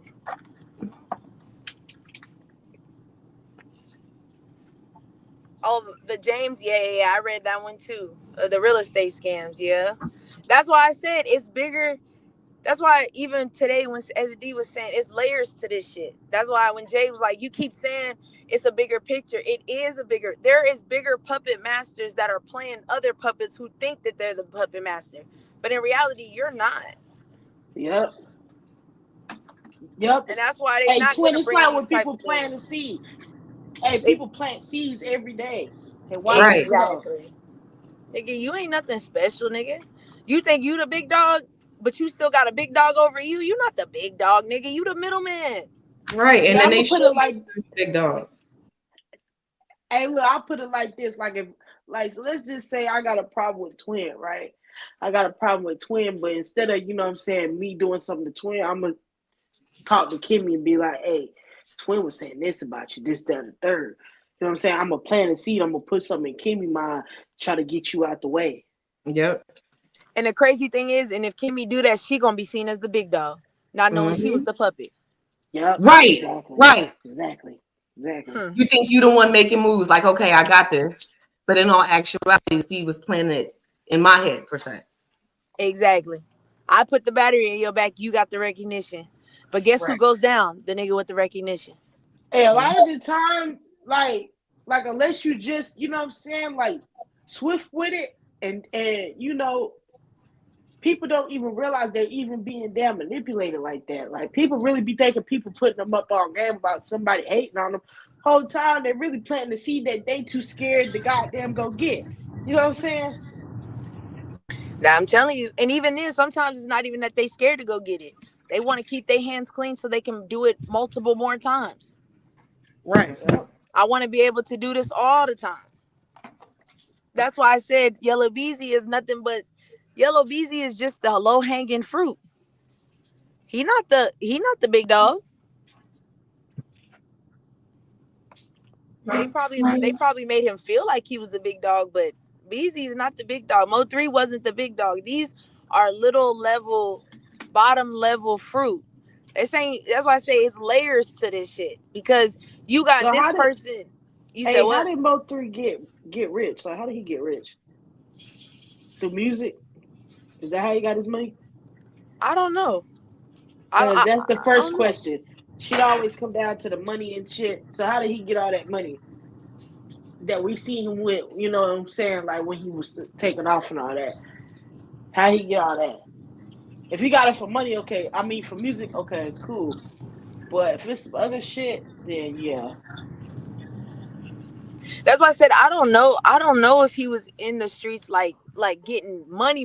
Like I know niggas get in the street just to make ends meet. You know what I'm saying? You do enough just to get by, but I don't know if he was like a kingpin, big dog. Like I don't know if he was doing that. I mean, I know he was. I thought he was just doing shows. Yeah. And performances. And I know he hustled a little bit. You know, he rapped about hustling to make it ends meet. That's why I said I don't know how in depth he was, but I could tell you this. You can listen to his music and you can see that he knew a lot more than niggas thought he knew. Yeah. Like nigga was telling you, I know y'all was putting money on my head. Well, I mean, who would have told you that shit? Right. I know it's my old partners that's planning this shit. Who would have told you that shit?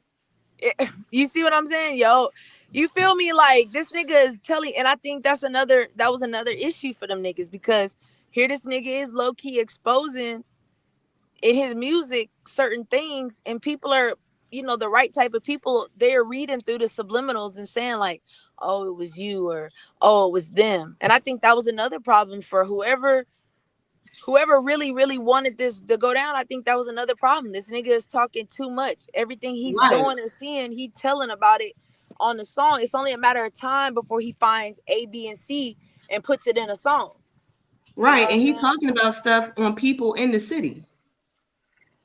So everybody's listening. He telling about how y'all are not gangster, how y'all are school kids. He telling all you niggas. Nobody like that. And don't nobody like that shit. You're not gonna tell these people that I'm this when I'm trying to tell them I'm that. Right. And that was a problem. That's why I said Mo3 became a problem because he was expressing himself without being filtered. Like he wasn't letting nobody filter him. And that was a problem. Because what happens when you find a person that don't want to follow the program? Man, You they get gotta go. replaced. You gotta get replaced. We got a program, an operation. Like I always tell Cap, niggas think they bigger than the program. That's a fact. That's why I always say, if you think you bigger than the program, you got to make sure you move out of the program. You feel me? Correct. Right. You can't still be a participant. Exactly. You can't stay inside the program and think you bigger. You got to get the fuck up out of there. You got to pick a side.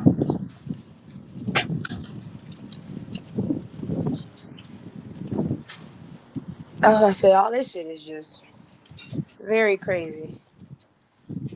He said Mo3 wasn't the go along, get along. Exactly.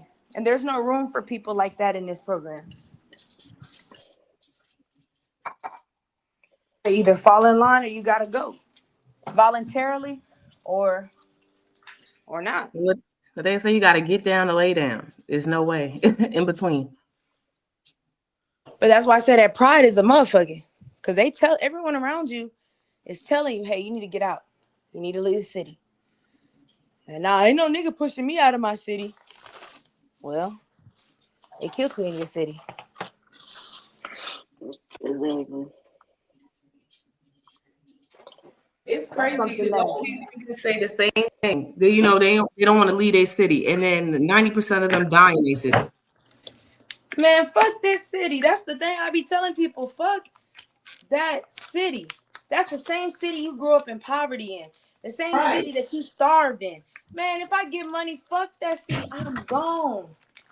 I'm going to start a legacy somewhere else. Right. But like I said, that pride is a motherfucker. Right, because if you go to another city, what you got to do? Start over. Don't nobody know you there. You have no reputation there. And these niggas live by their reputation. So they don't want to go somewhere where they can't walk out and niggas know who they are, what type of work they put into the street. So these niggas will stay right here. Shit. That's why I said that's one thing about men that gets them hurt every time. Because as a woman, we don't give a fuck. We'll pick up and move 5 times a year. We don't give a damn. What? And change your name every time you do it. Guys, fuck that. But that's men. That pride.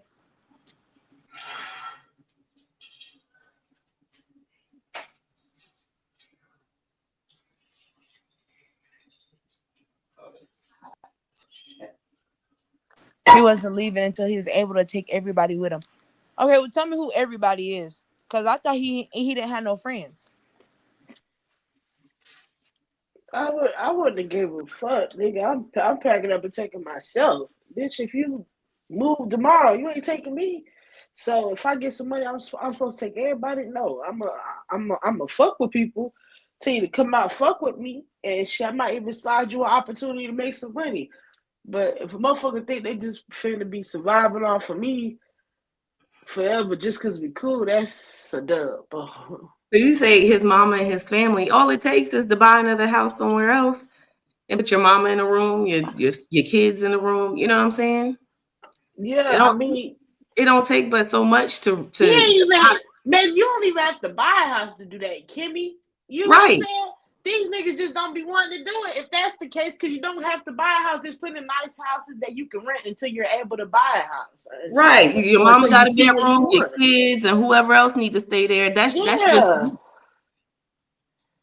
now it don't make sense. Like, people stay around because they be trying to prove a point. It don't be right, but you want to get people the out same with them. people.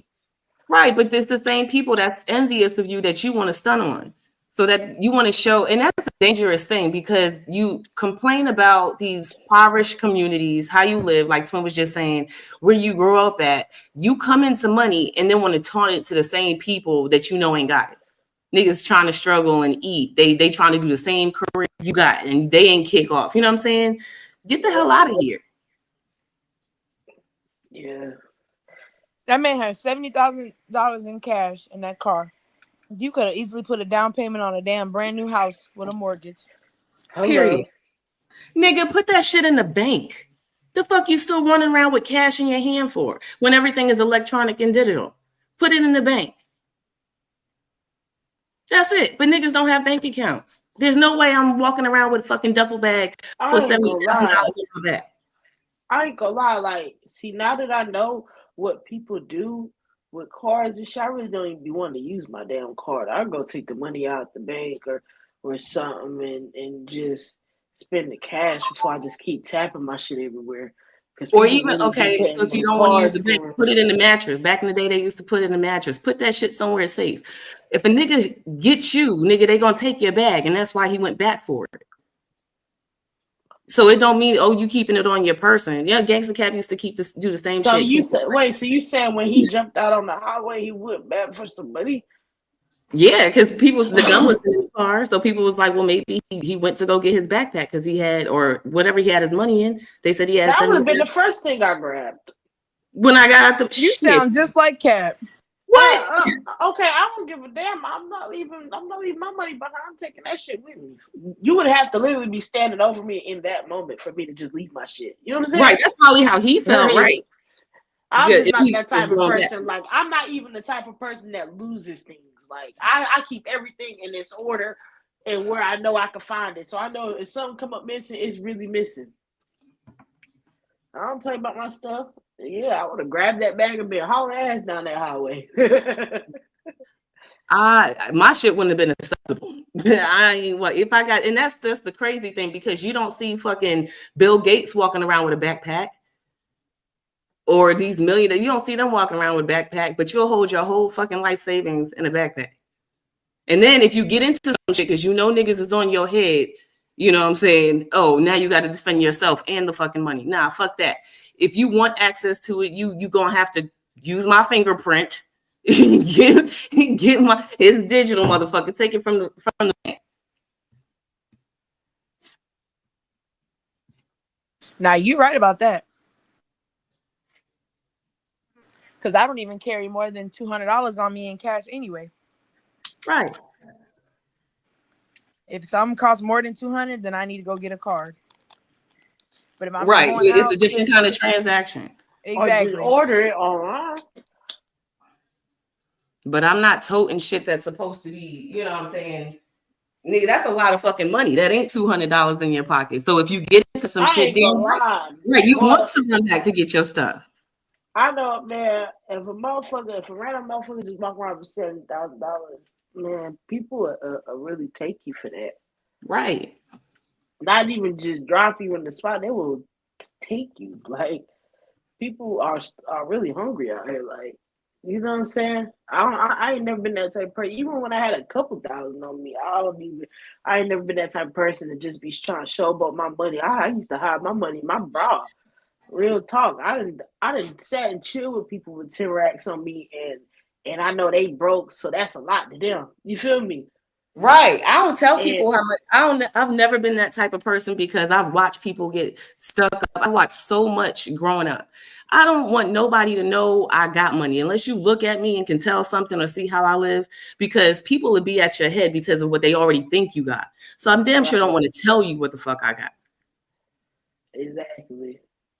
For real. And I see people saying, 24K said, obviously he had to be good with money because he wouldn't have properties and other things. Okay, so why didn't you move your family in them properties? Right. Why was still living in the city? Right. The only way I could see a nigga really going back to the hood is if he try to get some weed or something. Like what you try to buy some weed, get some drink. What? Because that's the only reason why I would even want to even pull up on niggas. Let me get my shit and go. You know what I'm saying? The thing about it is this is what I feel like people don't understand. Everyone's saying, "Oh, well, he didn't want to leave his hood." You just said your hood don't like you. You said that everybody in the city is against you. You feel like you're blackballed. These are words he said out of his own mouth. Right. So if you feel that way, why are you still trying to stay in a city that they've already told you you're blackballed in? Right. You got all these properties everywhere else. Oh, I'm not leaving until I can take my family. That's what they're saying. He said, okay, well, you have properties, so why are you not sending your family there? Boom. Right. Because your family didn't want to leave and you didn't want to leave. Mm-hmm. Like, I don't understand why people don't just be honest and say that's really what it is. His family didn't want to leave because, look, they like shit. Just because them niggas hate you don't mean they don't like me. Right. I like being here. Right, because you forget those people have lived there their whole life too. They don't want to leave everything they know just to go somewhere else because you have a different lifestyle when niggas is on your head. That's true. And yesterday, and also Kimmy and Damage, tell me what y'all think about this, because I just found this yesterday from Talk to Me. She said, King Von, we looked it up. King Von, PNB Rock, XXX, Mo3, Dolph, they was all signed to Empire. Mm-hmm. And they was all killed. So we was saying, that's the hell of a coincidence that all y'all signed to the same label and all of y'all get killed for some money. All of y'all got hits put on y'all. Mm-hmm. I mean, do you think King Von was a hit though? I think that's kind of like circumstantial because of how he, you know what I'm saying, like sprung into action on Quando. You feel me? Yeah, I don't know about him being a hit, but I get what you're saying with the rest of them because that would be your they, like you always say. That's them orchestrating the street shit and having the power to do so, whether by music, influence, somebody that come in and is infiltrating. Mm-hmm. I see that come well, as see, the only reason why I said Vaughn to me was questionable because I saw this interview where Quando said we were invited, and I was thinking, why would you get invited to someone's party or get invited to a place that person doesn't like you? No, so this what happened. So Vaughn had a show that night, but it was at another club. He heard about Quando at the hookah lounge. He was supposed to go home or go somewhere else, but he ended up going where Quando was at because they had a little smoke because Vaughn was messing with Jania, and Young Boy was chilling with Asian Doll. So they had words back and forth, they camps or whatever. And then I think I think Young Boy did a song with Vaughn, but he made sure the song ain't get cleared so Vaughn could drop it. So I think he was mad about that. I think he probably got on a song with Dirk or Vaughn or something like that, and they didn't want to clear the song for them. So he was mad about that too. So that night, they're saying that like basically like somebody dropped Quando Rondo low to Vaughn, and he was supposed to go somewhere else, but he ended up going to where Quando was at, and that's why you see Quando standing up and Vaughn come walking up like that and stuff like that. It wasn't like how you think. It's like somebody that was around had dropped Quando low because they wanted to see something jump off, basically. And then I guess Vaughn was like, well, Quando, he probably was thinking like Quando, he little, like, I ain't really trying to kill him, but I do want to put the hands on him. You know what I'm saying? Yeah. So he went over there, boo, boo, boo, but he didn't know like Quando really got real steppers with him, like, and they gonna do that. So it just happened how it happened. But then they saying at the same time he was asleep. So that's the thing that kind of threw me off about it. The part where they said they was asleep. I don't know if he went there and knew Quando was gonna be there and he laid on them because they were saying that they woke him out his sleep and he got up and ran out there.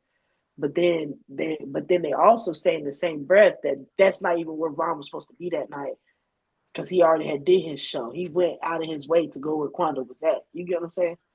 So y'all don't think somebody drove him there? that Yeah, like he that's got why I drove said there. it's weird to me because his friends say Vaughn just took off. And I'm thinking if he dropped the low and y'all knew he was there, why would y'all be surprised that he took off? I mean, if somebody drops the low and you say, hey, this nigga over here, I think I know what time it is. But I think, yeah, I don't know what they thought was gonna happen, but for one, people just, man, them club fights always end up like that. You get Always. what I'm saying? Always, Always. because you too close up on each other. There ain't no real distance. Y'all already fighting and all this stuff. All it takes is for one person to pull a gun and get at you. You know what I'm saying? I don't even know why they would even put the breadwinner in jeopardy like that to get killed. It was supposed to be them little dumb, dusty niggas in the back that was supposed to come running up on Quando and take that hit, if anything. You know what I'm saying? That's why I said I find it weird. That's why I said I find it weird. Because Tim protected his breadwinner. Why y'all didn't protect y'all? And that's why I say, you get into the conspiracy theories where Vaughn says in his song, know if I die, if somebody in my inner circle. I mean, people was taking that and making conspiracy theories, but one thing I can say about him is, I mean, that does make sense. Like, Nakia said Vaughn had an album release party and was asleep. He was supposed to go to the Airbnb. They drove to the hookah lounge, woke him up after he was asleep for about 30 minutes. Go back and rewatch that video. Yeah, but he had already did his he already had his party. So after that party, he was supposed to go to the Airbnb, like that person said, but he ended up going where Quando was at because somebody had called them and said Quando was over here, da da da. You get what I'm saying? So then they went where Quando was at. So I don't know if they pulled up. I don't even, because at that point, I'm wondering how long was he actually outside for him to be a. They said, and you will realize Wyandotte also stuck his neck out. Also, the police shot Vaughn, Slutty Lewis, and shot only Vaughn's friends. They never shot any of Quando's people. They got Vaughn out of a bulletproof truck. Yeah, like two of Quando friends, I mean, not Quando, but two of Vaughn's friends got shot and died one died that night and one died a couple years later from his injuries. Complications. And he still ended up passing away a little bit later. But like 3 people died that night. And it is kind of eerie though. What do you always say? What'd you say last time, Kimmy? Death be coming in threes. That's real. I ain't gonna lie. That's why I said it's always Cap, drop the link for Talk to Me. That's why I say it's it's really, I don't know, it's very, very interesting. It is very interesting because wait. And then Vaughn locked up. I mean not Vaughn, but Dirt locked up now for the murder for hire. You know what I'm saying? Like, you know what I'm saying? You feel me? That's why when Talk to Me brought it up yesterday, I looked at it, I was like, damn. Again, that's a hell of a coincidence. Even like I said, because we was talking about Dolph at first, and then she brought it up, and I was just like, that is really interesting to me. She said it was said the police did that to him allegedly. I mean, shit. Listen. After what's been going on these past couple of years, I believe the police do it all the time. Like, I believe the police are always somewhere involved in some place. For you guys to y'all, like, yeah, it's just always some weird shit going on. What going on, y'all? Hey, twin, my fault yesterday. My sister kept calling yesterday. They had dropped. Oh yeah, Cap Live was trippy yesterday.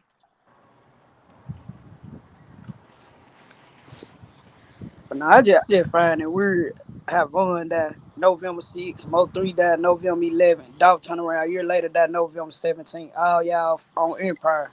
Like I said, I look at it like it's a bigger picture. It's a bigger picture. It's bigger than it.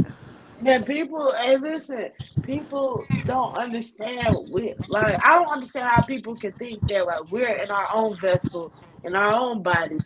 We don't know. Besides the fact that our parents then, had sex and our mom pushed us out. You know what I'm saying? This, that, the third. We don't know how we really even got here and even have a conscience. And y'all think the spirit world don't exist and all this shit. You feel me? Like, come on now. You got to be for real for a second. And most definitely, then if they're in a lot of beef in the streets anyway, that's the easy way to take them out. Just like if they doing drugs, there's an easy way to take them out. They Yeah, take them shout out. out to my girl Gangsta Boo. You heard me? That's how I feel they take them out. They know they sign them based off of that. They research on these people before they sign them. They know what gets them going. They know the beef. The beef is going to be used in the music. So it's fair to say that Empire, of course, is the they, and you just that's why I said these niggas don't even know. Like you said, twin, they're the puppets, and they think they're the puppet master. And then we all know they build their brand off of black people and maneuver somewhere else. Right.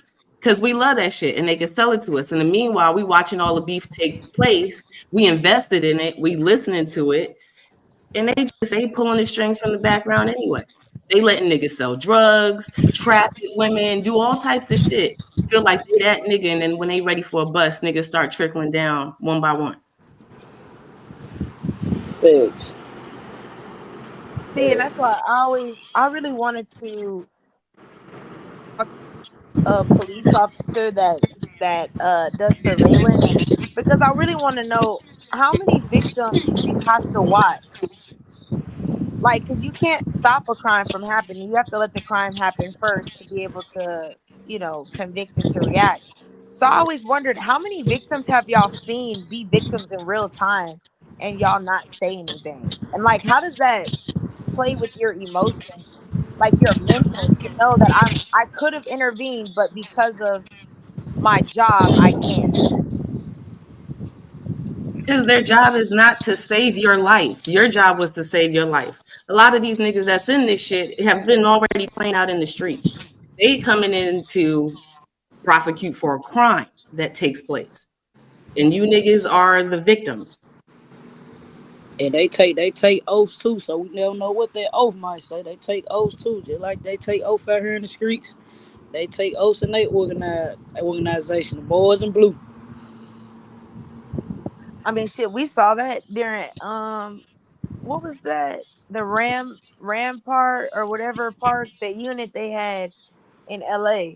And they indicted all them damn officers. Them motherfuckers was planting guns on people, murdering people, sexually assaulting people. I'm talking about kicking in their doors.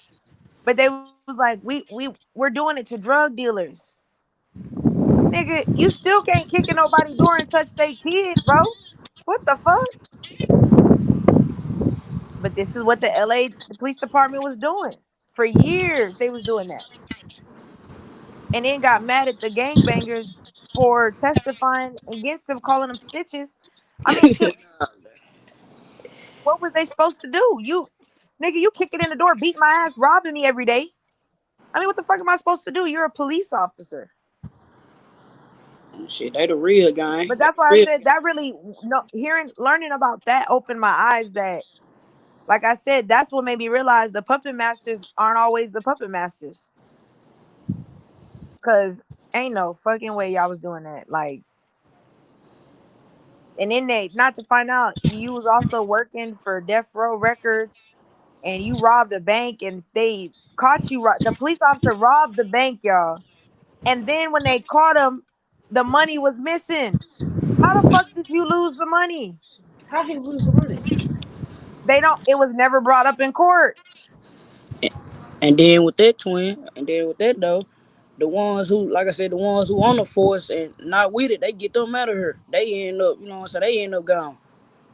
Yeah, one of them did a Vlad TV interview, and he was telling about his experience, and he was like, yeah, like I saw everybody doing it, like we all made an agreement, like, yo, this is how we rocking. You either in or you out.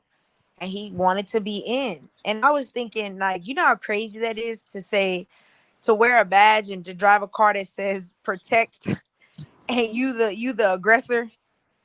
And you know how many police out that I done heard they said they was GD or a Vice Lord or a Grape Street? Literally. You ain't never lied. You ain't never lied. And Empire probably eating all that shit up. They probably getting a call. Hey, we Rampart. That's what it was called. Thank you, Nakia Baker. I could not remember the name. Rampart. They did.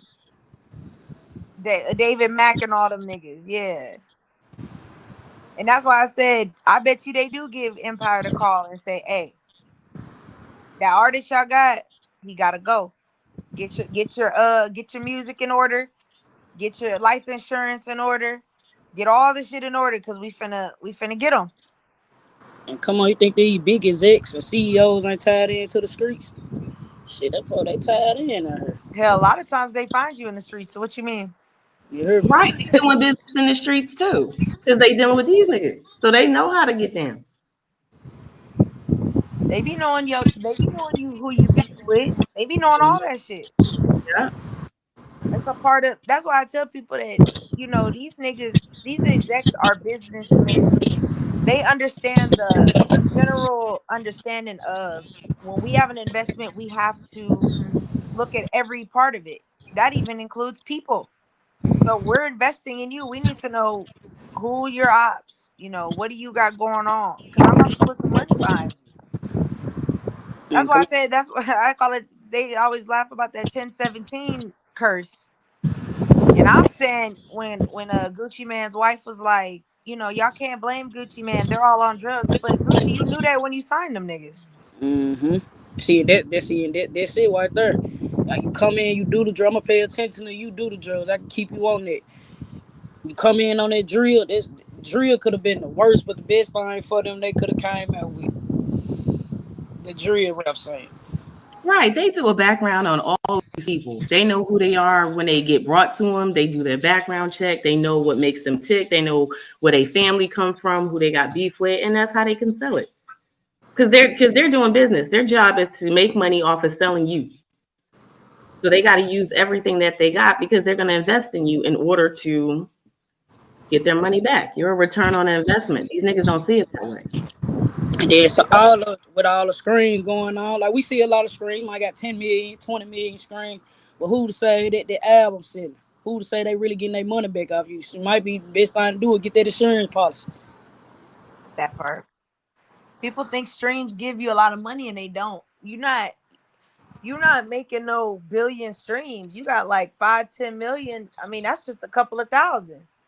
I think like maybe 10 million streams will get you like 20 bands or something like that. It's not, they don't pay you like that off of streams. The streams really isn't for the income. The streams is more for the publicity, the it's like advertising, marketing. Like, look, I got 10 million streams. Y'all should go look at my album.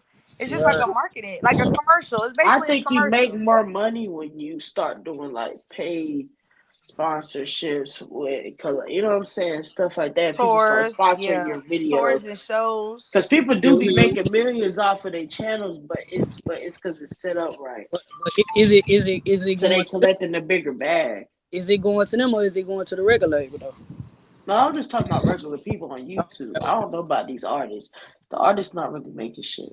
Everybody know the music industry broke. Nah, for real.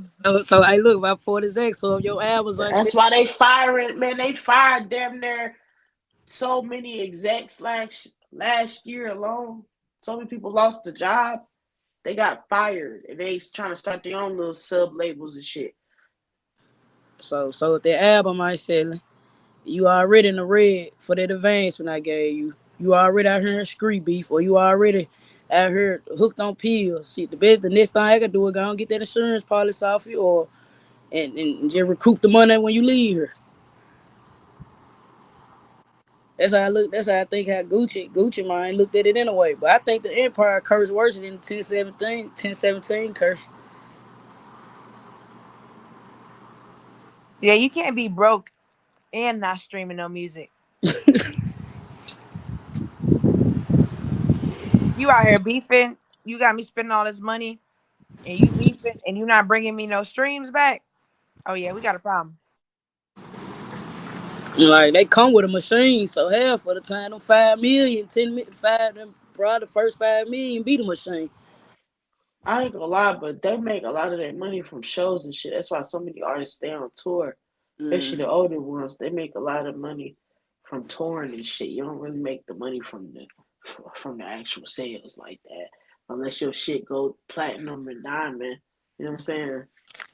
Hell, y'all niggas was giving fucking finesse 2 times $70,000-$80,000 a show. Finesse 2 times. Come on now. That nigga Get shaped the fuck like a out of here. fucking deflated sack of goddamn potatoes. His ass shaped weird. That's why I said it was. That's why. Remember, talk to me. I said it was crazy. Remember when he went to court and they was talking about a court appointed. Oh And yeah. yeah, remember that shit. And I said, I know you fucking lying. Not $70,000, $80,000 a show. Not 250 Ricky. Not you got a court appointed and you big money. Man, nigga, stay with a court appointed. That's that shit, boy. No, that is crazy though. Like that whole situation is crazy. That's why I say the labels. Even then, we watch a lot of artists, like even Nicki Minaj, for example. Like she's pointed out a lot of shit that these labels and industry people are doing. And these industry people are doing stuff backed by their labels. We know Rock Nation has lost their damn minds. We know that. Y'all is out here getting people, allegedly getting people stabbed and arrested. You filing motions to get people sent to court. Man, y'all been doing that shit. That's why I tell people, man, y'all worried about Mo3. Y'all need to worry about Rock Nation. That's who the fuck y'all need to be focused on. Them niggas is running a goddamn mafia unit in this bitch. You heard it. I promise for moving like the mob over there in Rock Nation. Nigga, what? You paying to get people Baker Act? Oh, yeah, nah, bitch, you dangerous. That's a dangerous bitch, boy. You could put you planting guns in people's cars? You calling the judge and getting people's probation revoked? And see, that's how they play when they get their power like this. See, that's why I said they move a little different than how just regular people in the streets move. Them for really move like that. They've been hold the gun that they knew that you committed a crime with. They've been hold them over 5 years on you till you to piss them off. You feel me? But y'all worried about the little shit. It's way bigger shit going on right now that y'all really not even paying attention to. Not knowing that shit trickles down in your everyday life. And I'm glad, like even then, Mo3, like him signing, he wanted to sign to Gotti. Gotti is signed to Rock Nation. Like Rock Nation is over CMG. Moneybagg Yo label under CMG. All these niggas is umbrellas to somebody else. That's why I say you think everybody looking at certain individuals thinking they the fucking puppet master. No, these niggas got a puppet master they damn self. Facts, nah, for real. Anytime Rock Nation want to push the button, your label can't operate no more. You not a puppet master. The puppet master don't get control. Hey, why they gotta put their money somewhere? They better put their real money somewhere else. Get your bag out there, real shit, and elevate somewhere else. Better do like Rihanna did. And she's still getting managed by Rock Nation. They not letting that's that girl what go. The smart ones do. Like the smart ones take their money and invest in real businesses and do other shit with their money, not just spending it trying to keep up with the fame. You know what I'm saying? That part. It's a lot of I ain't gonna say a lot, but it's some artists out here and people. I mean, that's why people say, "Oh, why did who Rihanna still got leave money music?" because she They think about wondering why the talking girl fame. left music, why the girl don't put out music. Well, shit, now we starting to see how Rock Nation moves. Would you put out music with them niggas? Rock Nation, hold. That shit crazy. I always been a Rock Nation fan though. Rock Nation done hold plenty of shit over 4 hit. Hey, when I tell you they getting niggas YouTube channels wiped out, these niggas sending C&D letters, copyright infringement. These niggas is not. Rock Nation not playing with you YouTube niggas. They finna get your whole channel taken down. A bunch of That's bloggers crazy. have came forward and showed they letters that Rock Nation has sent them, basically saying any content pertaining to us must be taken down. What happened to freedom of speech? Right. The niggas know they ain't got the money to go to court and fight it. So niggas just leave it alone, leave it where it's at. Facts. Tasha K tried that shit, man. Hey, Cardi B said, "Bitch, you gonna stop putting my name through the mud." That woman got to That pay her motherfucker. two some $1 million, money she don't got, Shit, 2, 4.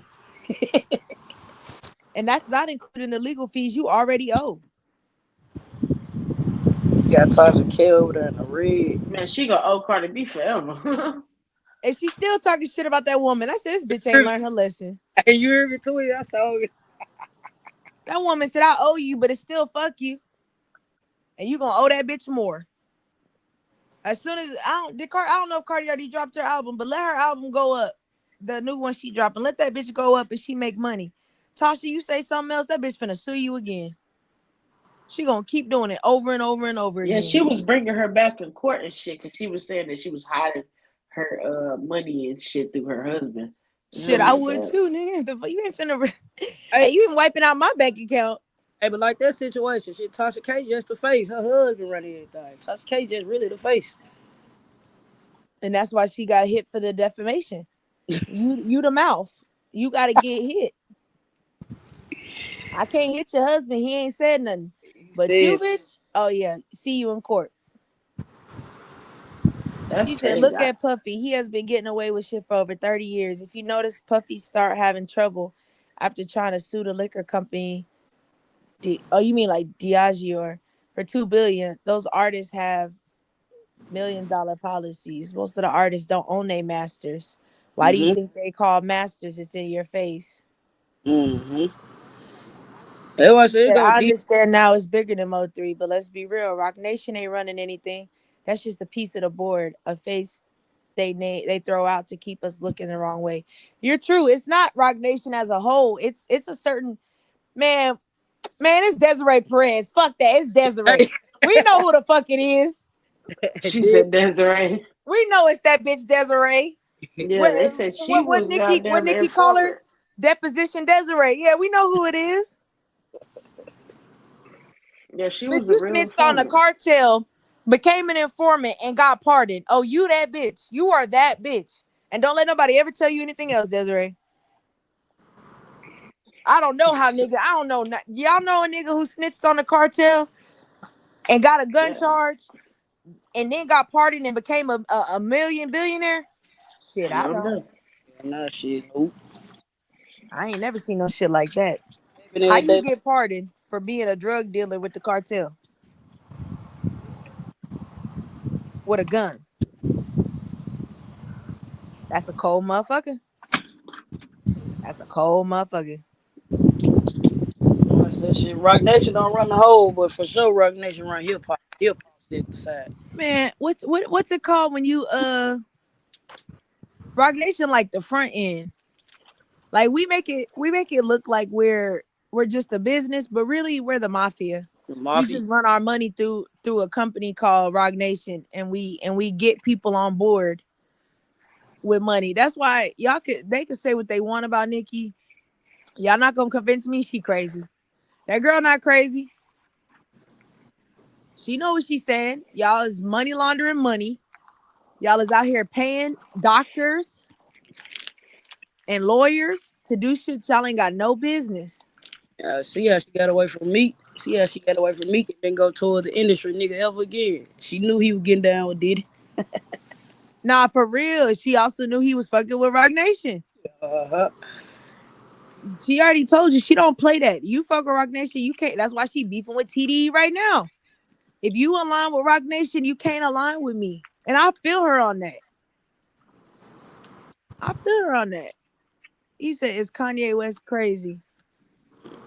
Hell no. I ain't gonna lie now. Hey, Kanye, you gotta know how to read between the lines. Right? Nah, Kanye is real. I mean, remember, like I said yesterday, sometimes you could play crazy so well, you start to become crazy.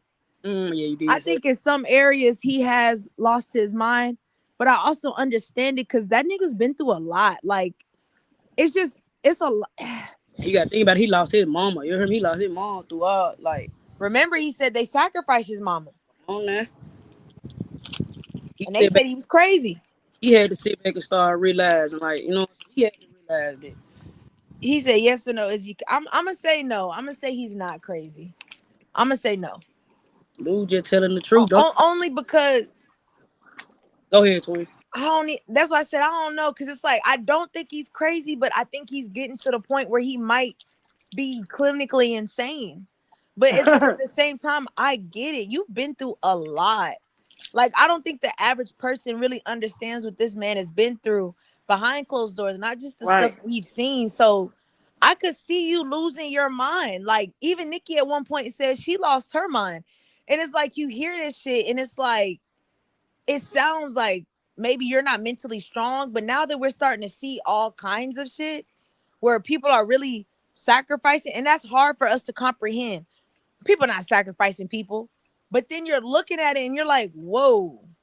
Bro, it's hard going through shit and being that famous, and then you know what I'm saying, the whole world knowing your business, and when you step outside your door, it's like 20 niggas out there with cameras just flickering at you all day.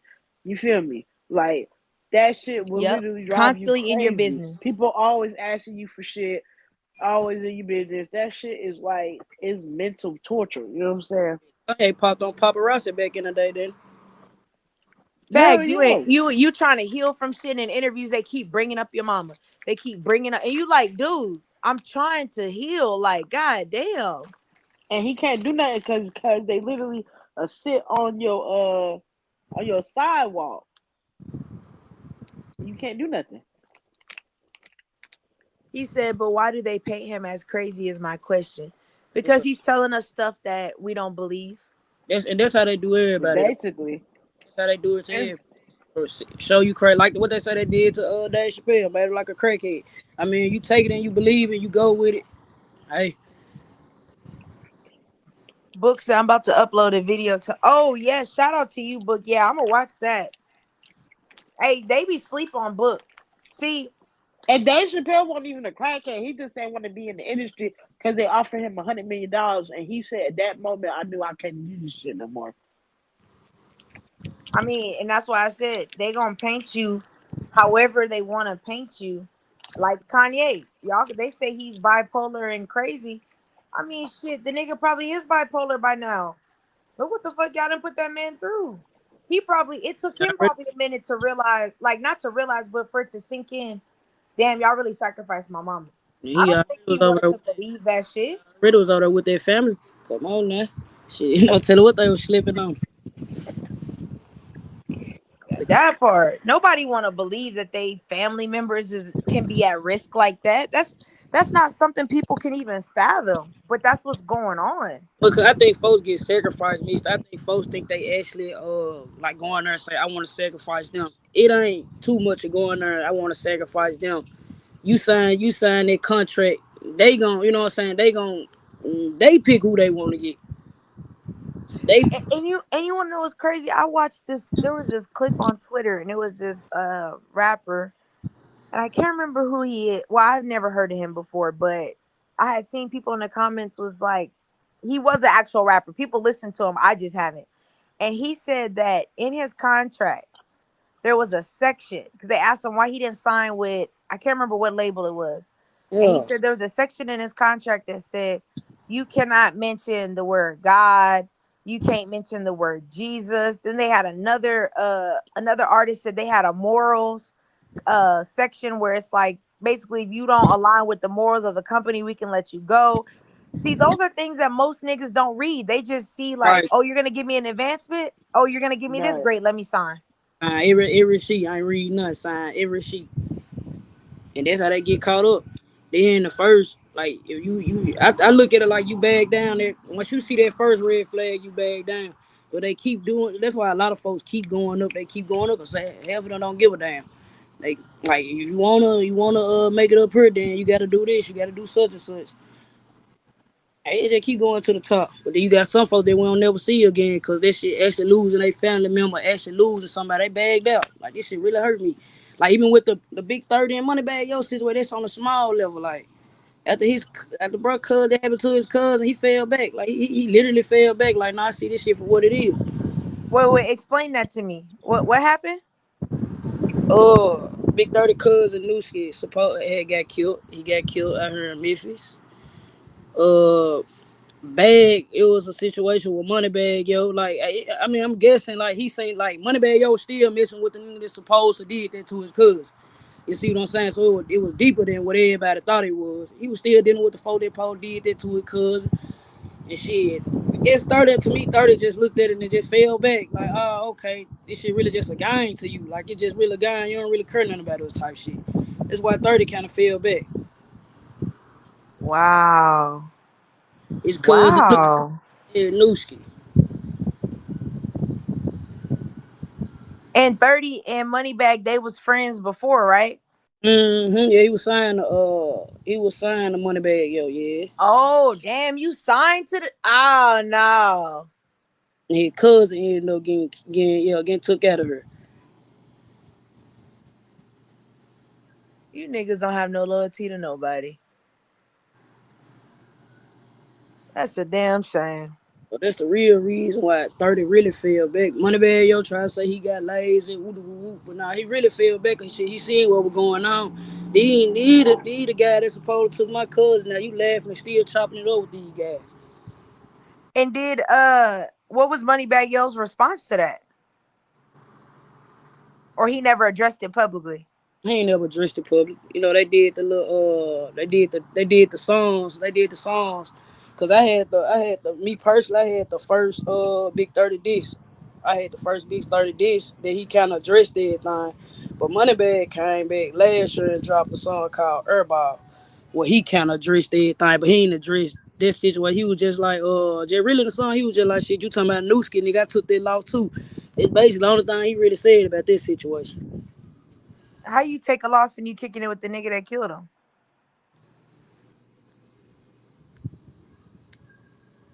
That's wild, Moneybag. That's So shit run deep. So yeah, like I said, some folks will bag back once they say you got some folks just don't care, they'll keep going. But some shit like that, a scar you forever make you don't even want to do this shit no more. Has Big 30 put out more music since then? Yeah, he still be dropping music. He just don't, him to the point where he don't just care to be big and be a superstar type shit. And he still signed the Moneybag? Nah, he ain't still signed the money, but he signed the Ellis. He signed the dude out here now in head and you know Zach Randolph is though. Zach Randolph played. Yeah, he signed to them Ellis. And shit, Bag still on contract over there with Ellis. So it's like I said, this street should be leading into the rap game. It be so much confusion. It leave you confused as hell. He said Moneybag Yo's supposed to be the mob, so he should have never messed with Gotti morally, no principles. Oh boy in Memphis, no. Yeah, I looked at that situation different though. What was that? What was the situation with that? They were like, Moneybag Yo, Young Mob, they all doing beefing with Yo Gotti back in the day, which were Fam Mob and Ridge Chris. You got Fraser, you got White Haven. Moneybag Yo them from the Haven side, got it from Fraser side. They were beefing back in the day. But Bag ended up signing with Yo Gotti. So it kind of divided a lot of stuff once he signed with Yo Gotti, because they looking at it like, nigga, you signed him and we went to war with him. But me personally, I looked at it like, shit, y'all want supporting him. Y'all kept him in the background. Shit. Dude, he a grown ass man at the same time. He got to look out for his family. So I'm going to go with niggas trying to help me and not put me on the back burner. So, I mean, that's how I looked at this situation. And then whether he went with Gotti or not, Gotti was trying to do shit for him. He was trying to stay on some little hood ass beef and shit. And shit, so if they said that about Bag, but they ain't say shit, did nobody say shit on Boo Dirty when Gotti brought OG Boo Dirty to the goddamn birthday bash and Boo Dirty shook Gotti hand on stage. So like I said, they pick and choose who they want. You know, niggas pick and choose who they want to say something to and speak up on. But y'all little Bag out there in the dirt. Y'all want fucking with Bag. Now, where I feel like Bag did go wrong though, he hopped on the song with Fast Cash Jills. Now I feel like he went too far when he did that. Signing got it, there wasn't no problem. Even when you hopped on the phone with the niggas, he dropped the album called ELO. And all the niggas that was on ELO, you got Sleepy, and Young Key.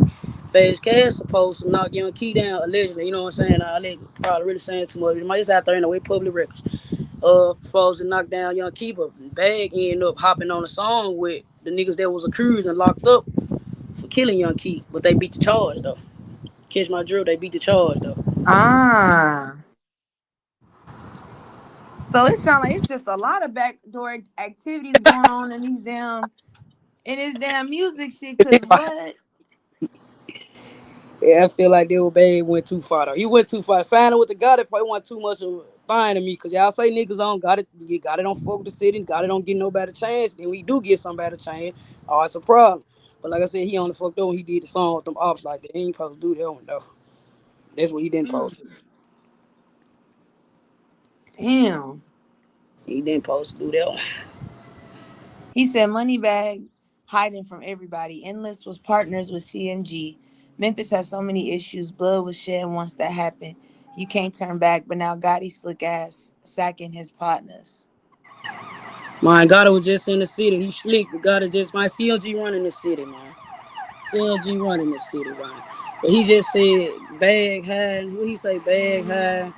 CMG. Y'all gotta think about it. See, niggas just not knowing a lot of shit because of the internet. Like I've been out here. I got uncles and brothers and aunties that like was in this shit. Like Zach Randolph was a street nigga, bro. Zach Randolph, like, yeah, he played for the Grizzlies, woo woo woo woo. But these folks all still connected and tied into the streets.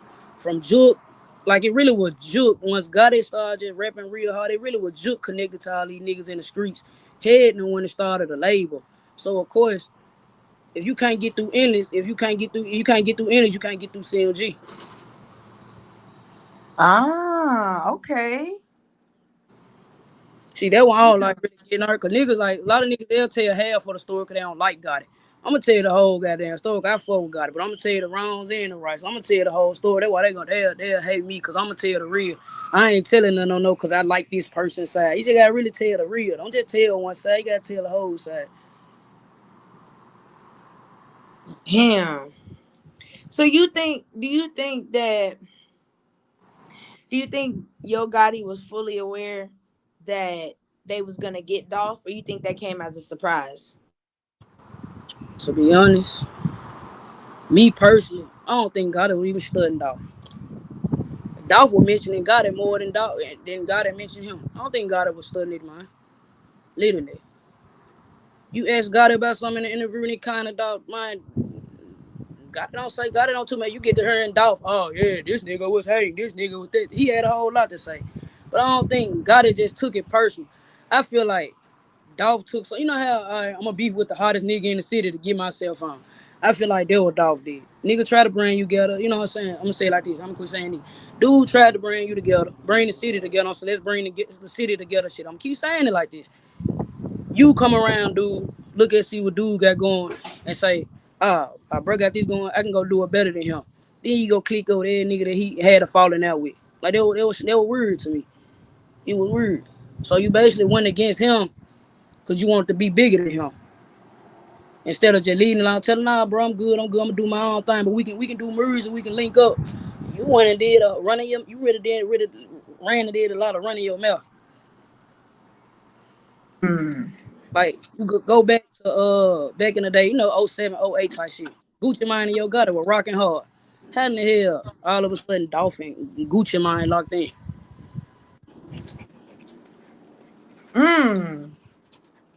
But I thought that had to do with the Keisha Kior thing. Nah, see, it really popped out when 2012 Gotti dropped The World Is Yours, Cocaine Music 7. And he was finna drop it on 10/17, but Gucci Mane felt some type of way. So I'm guessing Gotti told him like, all right, I drop mine the next day, because Gucci wanted to drop on 10/17 because he feel like that was his day. But then, like you just said, that still could have been what really made Gucci kind of push the button and still felt some type of way inside. But Keisha KO was just like the little bit everybody way in type shit. You know what I'm saying? She just really somebody everybody with him. But I guess he just got in his feelings because Gotti hit him. I guess because he married her and shit. I did before they got married and everything. Damn. So really, so then you tell me from your perspective, because you from Memphis, what do you think the motive was for Dolph? Like, if Gotti is like, I'm really not involved in this has nothing to do with me, what was the motive? Like for motive for Dolph getting took out of here. Yeah. Like, why is Juk, where is Juk's problem that he would allegedly be Putting the putting hit. money on niggas' heads? Cause Juke still moved around in the street. No, you like you're saying your brother still in the street. Your brother still in the street. Your brother still in the hood doing his thing. So like I said, it probably some Juke had going on. Like I said, I don't even feel like it was something Juke did. But hey, if he did, then hey, I still don't feel like gotta put that hit out. Juke was the one just going back and forth. Cause gotta think about it. When Dog made Don't Play With Your Bitch, he claimed he used to front Juke dope and nigga, you said you sold weed, Juke sold white. And hell, Juke been locked up down there half of Gotti career. So by the time Juke touched down, Gotti was 5 million up at the point. He ain't really have to do all that no more. So like I said, Dog running his mouth, probably running his mouth a little too much. Hey, and And but niggas ain't gonna admit it. Man, niggas ain't gonna look at Dolph like a real nigga. He probably was a real nigga, y'all, but Dolph ran him out too much. so like, what is Juk related? And if you can't answer that, I understand. But like, so is Juk's uh passing away, is that related to all this, or is this that's just separate street shit? The street said it is. The street said, the street say. They say it was. That's what they say. Listen, that's what they say. Me personally, I don't know. But 9 times out of 10, to me, it gotta be. But shit, if Dolph wouldn't have got hit up, Juke would still be here. Mm. Mm. And this That's shit, crazy. I said, this shit go deep, and it's really the rap. I hate it even kind of me like this, cause it really done spilled everywhere. Like it's really it's really some side picking shit going on now. Like everybody got to pick their side now. So did you know Glorilla before she blew up? Now folks around me knew it. Glorilla a little younger than me, but like folks around me, like a couple of my young partners went to school. She went to school in my hood though, but I was been graduated by the time she went to school. I knew of her, but I ain't never met Glorilla person. She wanted to. She said she was signing a dog back in the day at a point of time.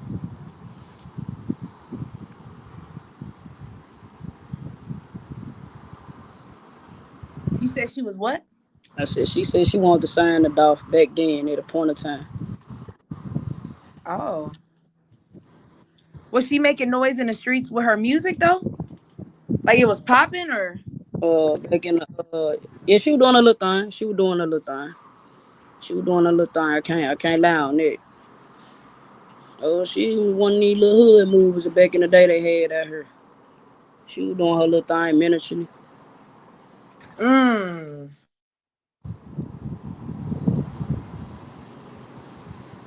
See, a lot of folks see Glow just kind with that new flow she got. See, Glow used to have a little pitch head girly voice. That me personally, I don't think that voice would have got her on. I think that sound like that she kind with this sound that she got now. That they would popped it open like cause she sound Memphis. Like she sound Memphis. She actually sound like she rap like a girl version of Gotti to me. I think that's why he snatched up. That's interesting. That's interesting. He used to want to sign with Dolph, and then ended up signing with Gotti.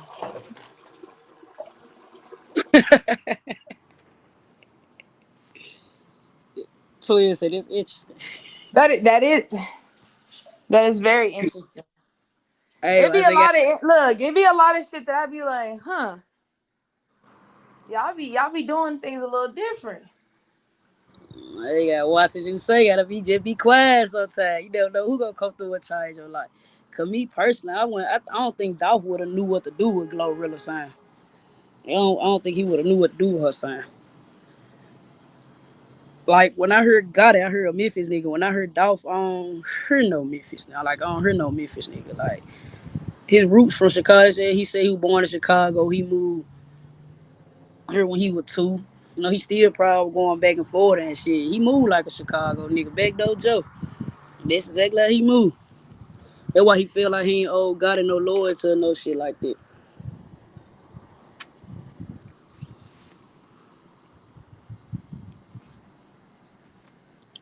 Now that is an interesting perspective. I didn't know he was from Chicago. He claimed he moved here. He was 2 though. So a lot of folks try to say they don't count, but I said shit. He still proud with back and forth. Making that music, okay. Yeah, because Dolph really don't sound, he don't really have that Memphis sound like, yeah, he don't really have it. But now Black Youngster, yeah, that sound like a straight Memphis Memphis nigga. finesse 2 times sound like it. Yeah, that's crazy.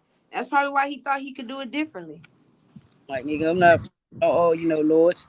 Shit, he want to link through Gucci mine, and want to link through OG Boo Dirty. Want to link through 3-6. Like I said, it was crazy how you did it. Like, you a man, right? You could have told the man like, yeah, bro, I'm good, fam. I don't want to sign with you, but we can work.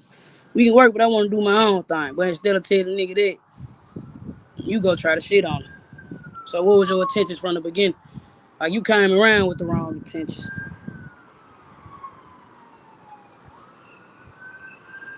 I mean, I did remember he said in an interview that Gotti was offended that he didn't want to sign. I don't think God was offended. Me personally, I don't think God was offended. Me personally. That's just me personally though. Like I said, it's just me personally. Like niggas can say anything. He was offended. So what was he? Did he ever come out and say exactly what God had told him? God didn't diss him in no song. Shit, I think Dolph threw the first punch if I ain't mistaken. But then again, shit, I look at you crazy too, nigga. You get time nowhere to match you. Fuck my baby mama. You get the after I met up with you, you gonna link up with niggas that you know I'm in tour with. Or no niggas that don't like me. You go right over with them. So I start looking at your ass crazy too. God damn, what was bro attention? What Brown? What he got going?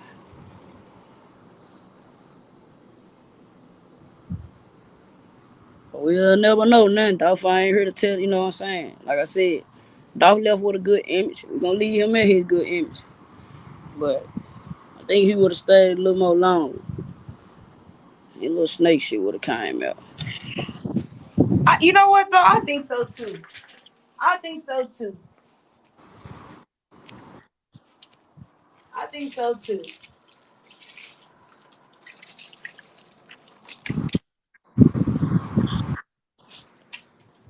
Nada. First it was Boy, Freddy snitching. Now y'all on Dolph. Yup. We knocking out all kind of topics today. You got a topic for us? Nigga, help me. He always talking shit. He always got something to say. Who that is? Man, somebody. Him and the other dude, Axe Black, they be trying to argue with me and Cap all the time. Hey, what DMG is? He must have celebrated his boy Dolph's birthday today.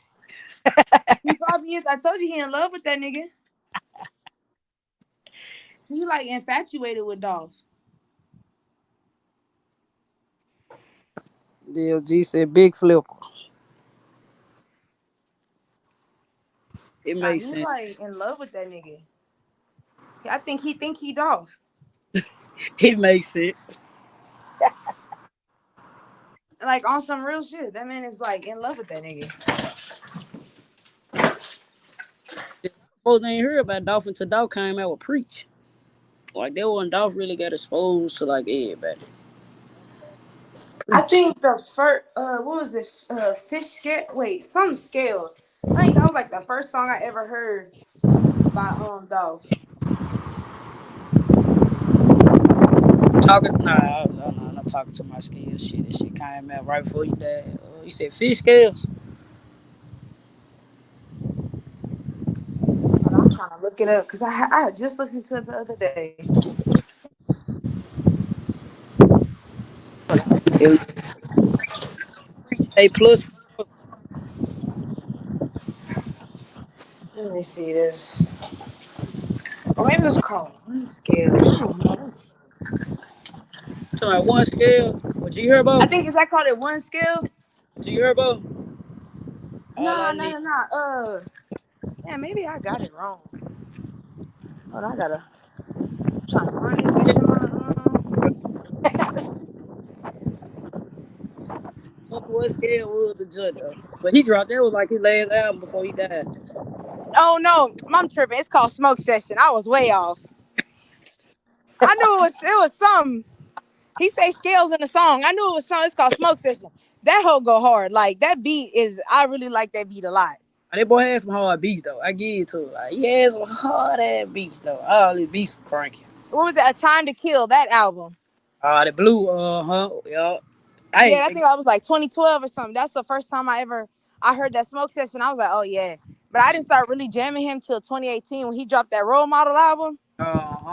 And see, that's Yeah. my favorite album. See, I had heard it all because I ain't never met Gotti, but I met Dolph. I actually met Dolph when he was passing out the record of Dolph World before I even knew who he was. But I still I couldn't catch Dolph rap style when I first ever heard him. But when he dropped the Time to Kill, I would listen to a Time to Kill. Yeah, that one was pretty cool. I didn't. That's why I said I never knew he was a Memphis nigga. Cause I grew up listening to Yo Gotti. That song Pure Cocaine, that's like one of my top 5 favorite songs by Gotti. That was my that Purple Rain beat. I said, oh yeah, this nigga, he ain't playing with you niggas. Cocaine, free cocaine. That nigga said all I ever serve in these streets is pure cocaine. Hey, then you peeped that Gucci man was on that song. Hell yeah. Even that Let's Vibe. That to me, that was R&B music when he had Pleasure P on But that bitch. like That that's was, man, we used to sing that shit. And when we got out from school, we driving home, we used to be banging that shit. and this real. I'm saying, Second Chance, that whole album, we was banging that album. That's why I said I fuck with Yo Gotti. That's why I didn't even know Dolph was from Memphis, because I was used to that accent. You know what I'm saying? See, though I say I heard when I heard God, I heard Memphis, but I don't heard God, Memphis and Dolph. I Yeah, heard because I was rocking with Lil Chat and Gangsta Boo and all them hoes. I was in there. Lil Chat, that was my girl, man. Chat still out here. That's a ghetto ass bitch, boy. I fuck with her. That's a ghetto hoe for sure. I love me some. I love me some Lil Chat. Chat I ass really still. wasn't into the 3 6 Mafia though. Not because of the flow, but all that devil stuff used to scare me as a kid. I ain't like that. You right? That shit used to scare. Music videos used to scare the fuck out of me. That what is that? That Stay Fly? I Is don't. that what it's called? That's one of my favorite. That is for sure one of my favorite songs. You remember in the video they had a little demon thing running, a little spirit green thing running around the damn screen? I was like, oh hell no, I ain't watching this shit. Hey, putting that shit in her face the whole time. Man, that late night, that was man. That late night tip or Yes, that was my shit. I actually just saw them in concert. Well, they went to a festival I was at and performed like last year. Man, I was the only one really in the crowd. It was in Dallas, actually. It was actually in Dallas, Texas. That's crazy. I went to Dallas last year to the festival they had, and they had like Lil Wayne, The Dream, Drew Hill, and 3 6 Mile. It had a bunch of people. Man, it was like only me and a couple people in the crowd that knew these niggas' songs. I felt so. When they started playing late night, I was like, oh, yes, my shit. I look around, everybody looking at me like, bitch, we don't know this song. niggas scared to say 3 6 Brothers, so they get to about how they play with their nose. Nah, for real, yeah, that song is out of line. I ain't gonna lie to you. Hey, Them lyrics is out of line. I don't even know why I was twin, listening to that. twin, and talk to him. I What's got a going question for on? both. What you say, Jay? I know this disappear. Yeah, that nigga got like 4 names because he don't want nobody to know who he really is. That nigga hiding from something. I'm gonna say he ain't trying to get caught up in the YouTube streets with Nathan.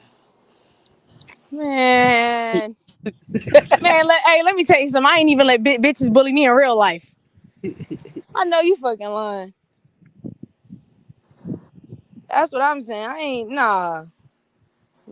All of that bullying and shit, y'all is too fucking grown for all that shit. Who bullying somebody?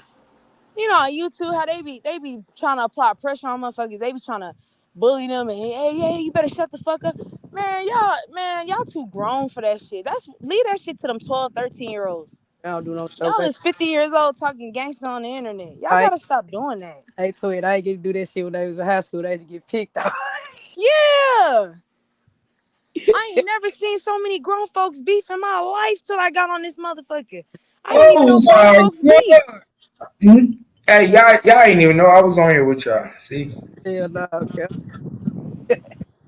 I'm telling you, I didn't even know grown people argued like that till I got on this app. Man, don't fuck. You look crazy. That shit be so sad to it. It do. Hey, talk to me. I ain't gonna lie to you. I really be feeling bad. Like, I feel bad for them because I be like, damn, you 50 years old arguing online. That's that's pathetic. But that's why I don't argue with them because I feel bad. Like, damn, your life is not doing good that you on the internet arguing with people at 50, 60 years old. Like, I feel bad for them niggas. That's why I be letting them have it because I be like, man, you somebody mama. You Oh, somebody wait. grandma. Granddaddy. Dolph and Yo Gotti got an album they did together? Oh, let's say that again, Cal. Dolph and Gotti got an album together that never been released? Unless they did something, they had that little link up that first time and back in the day, but I ain't never heard of it. Hey, if they do that motherfucker go glow. But talk to him. You can hear me? Mm-hmm. All right. So my question is, we all know the answer to this, but the question is, will money play a part in it though?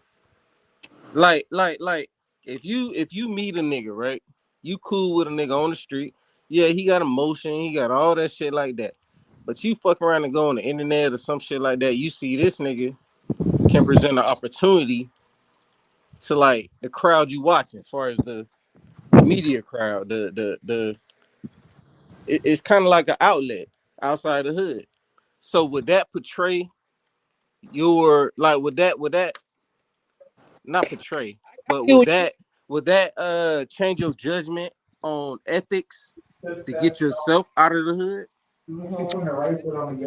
Cause I had broke it down to one of my guys. He a Dolph fan. I broke it down to him just like you just said. I said, cause he ended up going over there with 3-6. I said he went over there with Gotti. Gotti didn't have that money like that. I said, imagine going over there with Gotti and Gotti ain't got that check to get you where you trying to go. But he portrays that he does though. Don't all these rap niggas do? No, I get it. We get it. But as far as the person that does fall into that trap, that's what I'm talking about. But you got to think about it. When we get in the room, I'm telling you, man, the money gonna come, bro. We build it. That's what he telling the rapper, right? That's what he telling them, right? They gonna come. But Did you see 42 Dub? 42 Dub said in one of his songs, I'm waiting on Gotti to whoop the whoop or something. He was waiting on Gotti to send the check to him. You remember when 42 Dub said that in the song? 42 Dubs still waiting on money from Gotti. Yeah, but I'm just saying, like, he signed to Gotti, but he's saying 42 Dub. That nigga over Lil Baby ain't got it. Don't just put that shit on got it. Lil Baby need to break that nigga off something too then. Well, I'm just saying, he said, Gotti, what's the hold up? I'm waiting on 3 M's or some shit, what he said. And he was saying to Gotti, I'm waiting on 3 M's. Shit, nigga, have you made them 3 M's? Man, I'm going I'm going by what Dottie said. He signed 42 Dub. I'm talking about 42 Dub. He signed them, right? Mm-hmm. And then 42 Dub went in the song and said, I'm waiting on 40 because he already done spent the money that Gotti did get him on his homeboys. He said in the song previously or some shit. And then he said, man, I'm waiting on Gotti to send 42 in. I mean, whatever he said he was supposed to, I'm waiting on him to send it.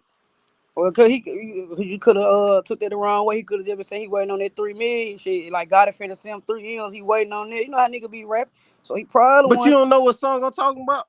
I don't listen. I don't listen to folks who do it like that. I ain't gonna lie. Oh shit. Okay. I'm not saying nothing wrong with them. I just don't listen to them. I don't listen to a lot So of. so so they also said, you remember Dolph said, man, I got real chains now that I ain't doing fake chains and none of that shit. And then you heard Moneybag Yo said he had flawed fake ass chains until he could afford new ones.